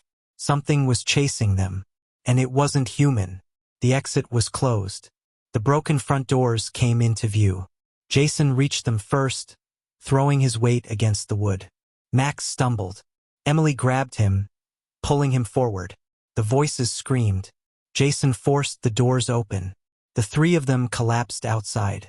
And just like that, the voices stopped. The night was silent. Max's chest heaved. He clutched his recorder, his fingers white. Emily wiped her face, realizing she was crying. Jason stood up, turning back to the asylum. It loomed quietly in the moonlight, empty, as if nothing had ever happened. But then, Max's recorder cracked. The last EVP recording played on its own. Static. Then, a voice. Clear. Unmistakable. We'll be waiting. The storm rolled in fast, sweeping across the neighborhood with a fury that rattled windows and sent tree branches scraping against the side of the house. Thick clouds swallowed the moon, casting the streets into an unnatural darkness. The wind howled, making the old house groan as if it, too, felt the storm's weight pressing against its walls. Inside, Lucy sat curled up on the living room couch, her phone resting in one hand, a thick blanket draped over her shoulders. The glow of the TV flickered across her face, casting shadows that danced along the walls. She could hear the rain hammering against the roof, a steady rhythm that filled the silence between the occasional roars of thunder. On the floor, tucked beneath their own blankets, sat the twins, Noah and Ben. Their eyes, round and unblinking, were glued to the television screen, though Lucy wasn't sure they were actually paying attention to the cartoon playing. They sat too still, their small hands gripping the fabric of their blankets, their bodies tense. Lucy checked the time on her phone. Almost 10:30 p.m. The boys' parents had said to put them to bed by 9, but with the storm rolling in, she had decided to let them stay up a little longer. Now, though, it was late. All right, guys, she said, stretching her arms. It's bedtime. Let's get you tucked in. Neither of them moved. Lucy raised an eyebrow. Did you hear me? Noah turned his head slightly, but his gaze didn't meet hers. Instead, his eyes remained locked on something beyond her, down the hallway. Ben sucked in a shaky breath and bit his lip, his small fingers gripping his blanket even tighter. We can't sleep yet, he mumbled. Lucy frowned. Why not? Noah's mouth opened, but no words came out at first. He seemed to be thinking, debating whether or not to say what was on his mind. Then, in a whisper so soft Lucy almost didn't hear it, he said, because he told us not to. Lucy blinked, confusion flickering across her face. What? Who told you not to? Ben slowly lifted a trembling hand and pointed toward the hallway. Her eyes followed the direction of his finger. The hallway stretched out in front of them, long and dark, the only light coming from a small night light plugged into the wall near the boys' bedroom.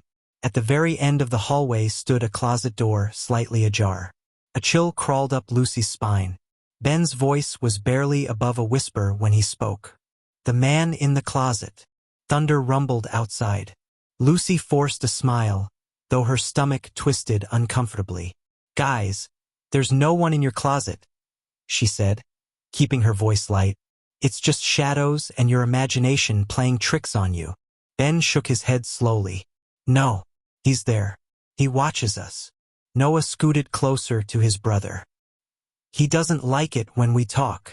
The wind picked up outside, making the house shudder. A sudden gust rattled the windows, and Lucy flinched despite herself.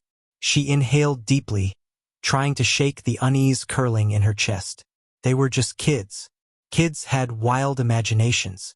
Still, her eyes flickered back toward the dark hallway. The closet door was open only slightly, but something about the sliver of darkness beyond it made her skin prickle. It wasn't unusual for kids to be afraid of closets, but the way the boys sat stiffly, their wide eyes filled with genuine fear, it unsettled her. Lucy sighed and stood up. "All right," she said, stretching her arms. "Let's check it out. But once we see there's nothing there, you both have to go to bed." "Got it." The twins hesitated. Noah's fingers twitched against the fabric of his blanket. Ben swallowed hard, then nodded.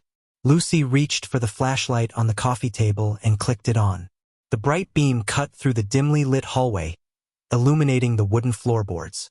The boys followed behind her, their footsteps nearly silent. Each step Lucy took made the floor creak beneath her weight. The sound echoed in the quiet house, making it feel as if something else was moving along with them. They reached the closet. Lucy hesitated, her fingers hovering over the doorknob. The metal felt cool, too cool, as if the air around it had dropped in temperature. She frowned. That was strange. The rest of the house was warm. She glanced down at the twins. Noah's breath was shallow, his hands clenched into small fists. Ben bit his lip so hard it had turned white. Lucy inhaled deeply and tightened her grip on the doorknob. "All right, here we go." She swung the door open. The flashlight's beam cut through the darkness inside the closet. Empty. The space was small, lined with shelves holding old board games and shoeboxes. A few jackets hung limply from hooks, their fabric swaying slightly from the motion of the door opening. A pile of folded blankets sat in the corner. Nothing unusual. Lucy turned back to the boys, raising an eyebrow. "See? No one's here." Ben's lower lip quivered. Noah's face remained unreadable. "He's still there," Noah mumbled. Lucy's brow furrowed. She turned back to the closet, shining a flashlight across every inch of it.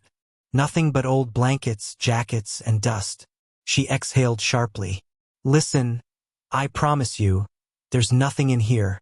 I'll shut the door, and it'll stay shut all night. Okay?" The twins didn't reply. Lucy knelt down in front of them, her voice softer. "You don't have to be scared. I'm right outside. Nothing's going to happen." Ben hesitated before nodding slowly. Noah, after a long pause, did the same. Lucy ruffled their hair and led them to bed, tucking them under their covers. As she pulled their bedroom door shut behind her, she heard Noah whisper, "He doesn't like you." Lucy's breath caught in her throat. Her hand froze on the doorknob. She waited. Silence. Shaking off the lingering unease, she turned and walked back to the living room.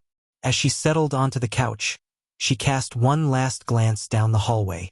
The closet door had moved. It wasn't wide open, but it was no longer fully shut. A small gap remained, just enough for something to watch. The hallway light spilled into the closet, illuminating the small, cluttered space. Dust floated lazily in the air, disturbed by the movement of the door. The walls were lined with shelves filled with old board games, forgotten toys, and shoeboxes that looked like they hadn't been touched in years. A few jackets hung limply on the metal rod above, their sleeves swaying slightly from the shift in air. In the corner, a pile of old blankets sat in a heap, untouched, empty. Lucy let out a slow breath and turned back to the twins. "See?" she said, forcing a lightness into her voice. "No one's here." Noah didn't look convinced. His lips pressed into a thin line, his eyes flicking from Lucy to the closet and back again. Ben was trembling, his small hands curled into fists at his sides. Noah was the first to speak. "He's still there," he mumbled. His voice was so quiet, Lucy almost missed it over the distant rumble of thunder outside. "You just can't see him." Lucy shivered. The air inside the closet felt different, heavier, thicker. The smell of dust and fabric softener should have been familiar, comforting even, but instead, it seemed stale, stagnant, wrong. It was as if the space had been untouched for decades. Yet she knew the boy's parents had organized it just a few weeks ago. She swallowed against the unease curling in her stomach. "There's no one there," she reassured, kneeling in front of them. "Listen, I promise you, no one is in the closet. The door will stay shut, and I'll be right outside." "Okay." The twins didn't respond right away. Ben stole a nervous glance at Noah, who finally gave a slow, reluctant nod. Ben followed his brother's lead, though his hands remained clenched. Lucy sighed, ruffling their hair before guiding them to bed. She tucked them in, smoothing the blankets over their small frames, and kissed their foreheads. They still looked uneasy, but they didn't protest further. As she stood and stepped toward the door, her fingers wrapped around the knob to pull it shut, she heard it. A whisper, so soft, so faint, she almost convinced herself she had imagined it. "He doesn't like you." She froze, her breath caught in her throat, her fingers tightening around the doorknob. Noah was staring at her, his expression blank, his eyes too wide in the dim light. The room suddenly felt colder. A gust of wind howled outside, rattling the windows. Lucy forced a small laugh, though her voice felt weak in her own ears. "I'm sure he will get over it." She closed the door gently behind her. But as she walked back down the hall, a gnawing unease clung to her, sinking deep into her bones. Lucy sat back down on the couch, pulling her blanket tightly around her. The warmth did little to stop the creeping sensation along her skin. The storm outside had worsened, rain hammering against the roof like desperate fingers clawing to get in. Wind howled through the trees, their branches scraping against the house with an eerie, rhythmic sound. She unlocked her phone and checked her messages. Nothing. Not from the boy's parents. Not from her friends. A strange, suffocating silence settled over the house. The television was still on, but the volume had lowered, the screen flickering with the last remnants of an old cartoon. It wasn't enough to drown out the unsettling quiet pressing in around her. Then, a soft creak. Her head snapped up. The sound had come from the hallway. Lucy's pulse quickened. It was probably just the house settling. Old houses did that. The wind outside was strong. It was nothing. She swallowed and turned back to her phone, tapping absent-mindedly at the screen. Then came another sound. Not wood creaking. Not the wind. A breath. Slow. Shuddering. Right outside the twins' door.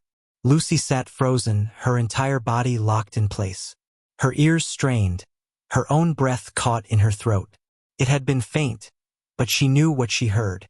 Someone exhaling, low and heavy.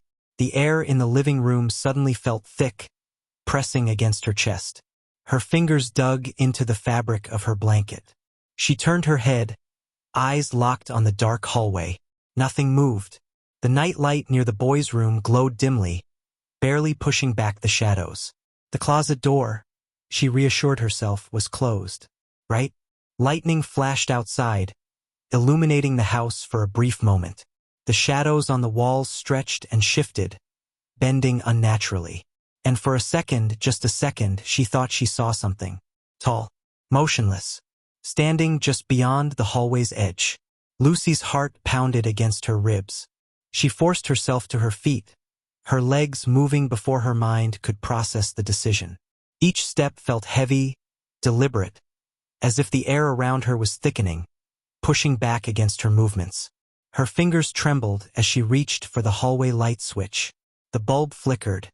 Then, darkness. The light went out. Lucy sucked in a sharp breath. The storm outside raged, lightning illuminating the house in brief flashes.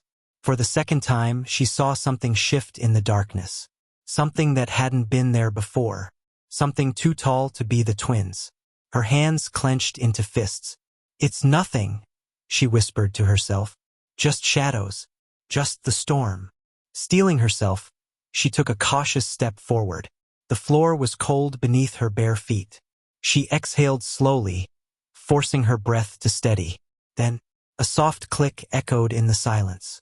Lucy's stomach dropped. Her gaze snapped to the end of the hall. The closet door. It was open. Not just a crack. Wide open. The jackets inside swayed slightly, as if something had just moved past them. The air in the hallway felt colder than before. Heavy, pressing. The shadows inside the closet stretched unnaturally, curling at the edges like fingers reaching outward. Lucy's breath hitched in her throat. A whisper slithered through the dark. Low. Hoarse. Not a child's voice. Not yet.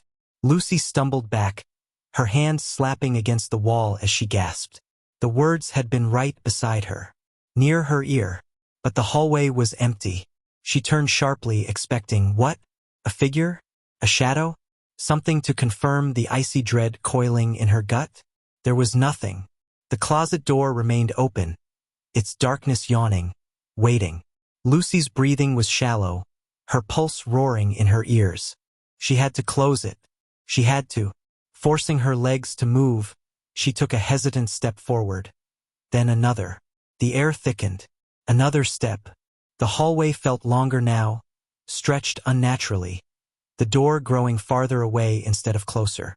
She could hear something inside, something shifting, something breathing. Lucy reached for the door. Then, just before she could touch it, the door slammed shut on its own. A single whisper crawled through the air. Promise. A warning. Not yet. Lucy stumbled back, her pulse hammering in her ears. No, this wasn't real. She fumbled for her phone, the screen's glow weak against the darkness. Then a message popped up. Unknown number. Did you lock the doors? Her stomach dropped. Her fingers hovered over the keyboard. But before she could type a response, another sound came from behind her. The twins' door creaked open. A soft patter of footsteps. She turned. Noah and Ben stood there, wide-eyed, their small hands clutching each other. Lucy's voice wavered. What are you doing up? Noah trembled. He's mad. Ben whimpered. He's coming. A loud bang. The closet door slammed shut. Lucy grabbed the twins and ran. Her shaking hands fumbled with the front door lock, but it wouldn't budge. The house groaned. No. Something inside it groaned. The air turned ice-cold. A whisper curled through the room. Not yet. Then, footsteps. Heavy. Slow. Coming from the hallway. Lucy's breath hitched. The twins clung to her, their small bodies trembling.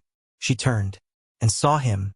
A tall, gaunt figure stood just beyond the glow of the streetlight. His face was wrong. Stretched too thin, mouth curling too wide. His fingers twitched at his sides, long and bony, nails blackened. His eyes, there were no eyes, just pits of darkness. A slow, rattling breath left his lips. Then, in a voice that scraped against the walls, he whispered, You shouldn't have looked. The lights flickered. The walls seemed to pulse, shifting, bending. The room closed in. Lucy gasped as the figure stepped forward. The twins sobbed against her, their small hands clawing at her arms. Make him go away, Ben whimpered. Noah's voice was barely a whisper. You can't. The thing in the dark smiled, and everything went black. Lucy's eyes shot open. Morning light streamed through the windows. The house was silent. The twins slept peacefully in their beds. Has it been a dream? She sat up, rubbing her face. Her body ached as if she had run miles. Her phone buzzed. A new message. Unknown number. See you soon. Lucy's breath hitched. She turned toward the hallway. The closet door was open, and inside, a shadow waited. The sky, a bruised canvas of deep violet and molten gold, stretched endlessly over the quiet countryside. The last remnants of daylight clung to the horizon, casting long, eerie shadows through the dense forest that lined the narrow dirt road. A cool breeze whistled through the trees, rattling the dry leaves and carrying the faint scent of damp earth and pine. Sam, Mia, Josh, and Riley walked together, their voices breaking the stillness of the evening. They had taken this path countless times before. It was their shortcut home, a well-worn trail cutting through the woods. Tonight, however, something about the journey felt different. The air was heavier, almost electric, as if the trees were holding their breath. Josh sighed loudly, dragging his sneakers through the loose dirt. This shortcut's a joke, he grumbled. Your secret way is just more walking, Sam. Sam smirked, unfazed. Trust me, it's faster. Mia crossed her arms, unimpressed. You said that half an hour ago. Riley, who had been trailing slightly behind the group, barely heard them. His gaze was fixed on the tree-line, where the darkness thickened unnaturally. The trees swayed gently, yet the rustling leaves carried no real sound. An unsettling quiet had settled over the woods, as if something unseen lurked just beyond their sight. Then he saw it. Tunnel. It stood a short distance away, nestled within the undergrowth as though it had been waiting to be discovered. The entrance was wide, almost perfectly circular, framed by thick stone that looked ancient, weathered and cracked by time. Vines crawled up its sides like veins, and the mouth of the tunnel gaped open, swallowing the dim light of dusk. Riley stopped in his tracks. Guys! The others turned, following his gaze. Mia's brow furrowed. That wasn't here before. Josh scoffed, rolling his eyes. Of course it was. We just never noticed. Sam took a slow step forward, his head tilting in curiosity. It's weird, though. No signs, no markings, just a tunnel in the middle of nowhere. Riley's stomach twisted. It feels wrong. Josh grinned, his usual bravado kicking in. Only one way to find out. Stepping inside was like entering another world. The first thing Riley noticed was the air thick, stagnant, clinging to his skin like a damp shroud. It smelled of old earth and something faintly metallic, a scent that sent an uneasy shiver down his spine. Their footsteps echoed eerily against the stone floor, the sound stretching unnaturally down the passage. The tunnel's walls were rough, made of uneven bricks that jutted out at odd angles, like bones pressing through thin skin. The deeper they moved, the more the darkness thickened, swallowing the edges of their vision. Josh flicked on his flashlight, and the narrow beam cut through the void. The tunnel extended far beyond what should have been possible, an impossibly long corridor stretching endlessly ahead. No curves, no breaks, just darkness. This is awesome, Sam whispered, his voice barely above a breath. Mia shivered, rubbing her arms. It's colder here. Riley hesitated before reaching out to touch the wall. It was dry, too dry for a place that felt so damp. He swallowed hard. Something's not right. Josh, oblivious to the growing tension, walked ahead with an easy confidence. He whistled, the sound bouncing around them before twisting into something unnatural. Distorted, stretched, warped. Mia flinched. Let's not go too far. Josh smirked. Scared. Mia scowled but didn't answer. Then, a whisper. Soft. Almost a sigh. They all froze. Riley's breath caught in his throat. Did you hear that? No one answered. Josh lifted his flashlight, sweeping the beam ahead. The tunnel remained the same, endless, empty, wrong. The silence pressed against them, heavier now. Mia grabbed Sam's sleeve. We should go back. Josh chuckled, but there was a nervous edge to it. Come on, it's just a tunnel. Probably just the wind. Riley wasn't convinced. His heartbeat pounded in his ears. Then, something moved. At the very edge of the flashlight's reach, just beyond the visible light, stood a figure. Still, watching. For a moment, none of them moved. The figure stood motionless, a silhouette barely distinguishable from the darkness itself. It had no features, no details, just a vague, human-like outline that seemed to pulse with the shifting shadows. Riley tried to speak, but his voice stuck in his throat. The flashlight flickered. The figure was gone. Did you see that? Riley rasped, his skin crawling. Mia clutched his arm, her grip ice-cold. See what? Josh swung the flashlight wildly. Dude, there's nothing there. But Riley knew what he had seen. A gust of air brushed past them, carrying a stronger wave of that strange, metallic scent. The tunnel suddenly felt too small, as if the walls were pressing inward. Mia took a shaky step back. We're leaving. Sam nodded. Yeah, let's go. Josh sighed but didn't argue. Fine, whatever. They turned and stopped. The exit was gone. The tunnel stretched behind them, just as endlessly as it had ahead. Mia's breathing turned shallow. No, we didn't walk that far. Josh tightened his jaw. We must have taken a turn. Riley shook his head. There weren't any turns. Silence. Then, a whisper. Close. Too close. Mia spun around, eyes wide. Who said that? Nobody answered. Josh's knuckles whitened around the flashlight. We keep moving. One direction. They walked faster, their footsteps an unnatural echo in the too quiet space. Riley's skin prickled with every step. The air thickened, pressing against them like unseen hands. Then, Josh stopped. What is it? Mia whispered. Josh lifted his flashlight. Another tunnel had appeared, branching off to the right. Riley's stomach twisted. That wasn't there before. Mia grabbed his sleeve. I don't like this.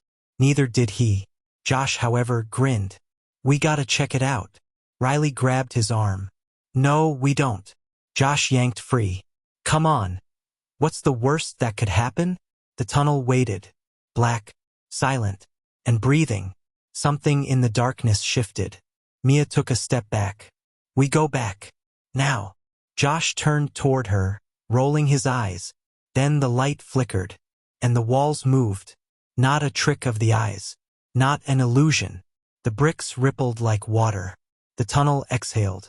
Then the lights went out. Mia screamed. Riley grabbed blindly, but there was nothing. Only space where his friends had been. A rush of cold air swept through him, stealing the breath from his lungs. The darkness was alive, curling around him like fingers. A whisper in his ear. Lo, amused. Run. He did. Or at least he thought he did. Because when the light returned, Josh was gone. The second tunnel was narrower, colder. Their footsteps barely echoed now, swallowed by the thick silence pressing in on all sides. The walls were damp, and the air had a strange metallic scent, like rust or blood. Mia's hand trembled in Riley's. Josh, slow down. Josh didn't. He was ahead now, his flashlight bouncing off the slick stone walls. His steps were eager, careless. The deeper they went, the heavier the air became, pressing down on their chests like an unseen weight. Then, a sound. Faint. A slow, dragging noise, like something heavy being pulled across the ground. Josh stopped. The flashlight flickered. Flickered again. Then I went out. Darkness swallowed them whole. Mia gasped. Riley fumbled for his phone, his fingers shaking. Josh! Silence. Then a single sound. A footstep. Not theirs. Sam cursed under his breath. Turn the light back on. Josh's voice came, shaky now. I'm trying. His breaths were shallow, uneven. Then, a breath. Right behind them. Soft. Slow. Mia screamed. Light flared back on. Josh was alone. Sam's voice cracked. Where's Riley? The tunnel was empty. No Riley. No footsteps. Just silence. Mia's breathing came fast. Ragged. He was right here. Her voice was barely above a whisper, but it echoed down the passage, stretching unnaturally into the darkness. Josh swallowed hard. Maybe he ran back? Mia shook her head violently. Riley wouldn't just. Then something new. A door. Old. Wooden. Standing in the wall where there had been nothing before. The wood was cracked and warped with age, its surface covered in deep scratches, as if something had tried to claw its way in. Or out. Josh raised his flashlight. Scratched into the surface, barely visible, were words. Do not open. Mia's voice trembled. We have to. Josh hesitated, his fingers tightening around the flashlight. Sam shook his head. This is a bad idea. But Mia was already stepping forward. Slowly, she reached for the handle. The brass knob was ice-cold under her fingers. She turned it. The door creaked open. Beyond it, darkness. Deep, endless. A black void that seemed to pull at them, swallowing the dim glow of their flashlight. And then, a figure. Tall. Still. Watching. Riley. Except, his eyes were wrong. Wide, unblinking, too dark. They didn't reflect the light. They absorbed it. Mia's breath caught. She stepped back, her pulse hammering in her ears. That's not him. Riley smiled. Not with his lips. With his teeth. Too many teeth. The door slammed shut. Riley was gone. Mia choked on a sob. Josh stumbled back, dragging Sam with him. The tunnel trembled. The air vibrated, an unnatural hum filling the space. Then, everything went black. Sunlight. Warm. Soft. Mia gasped, her eyes flying open. She was lying on her back, staring up at the sky. The trees swayed overhead, their leaves rustling in the breeze. The dirt road stretched behind them, untouched. Josh groaned, rubbing his head. What the hell just happened? His voice was thick with confusion. Sam sat up beside him, eyes wild. Where's Riley? They turned. The tunnel was gone. No entrance. No stone archway. Just trees and silence. Mia's hands shook. No. No, no, no. She scrambled to her feet, spinning in circles, searching, calling his name. Nothing. Josh paled. He was right there. He. Sam grabbed his arm, his voice urgent. We need to go. Mia's breath came in shudders. We can't just leave. Josh's voice was hollow. We already did. The wind shifted. A whisper. Soft. Familiar. Riley's voice. I never left.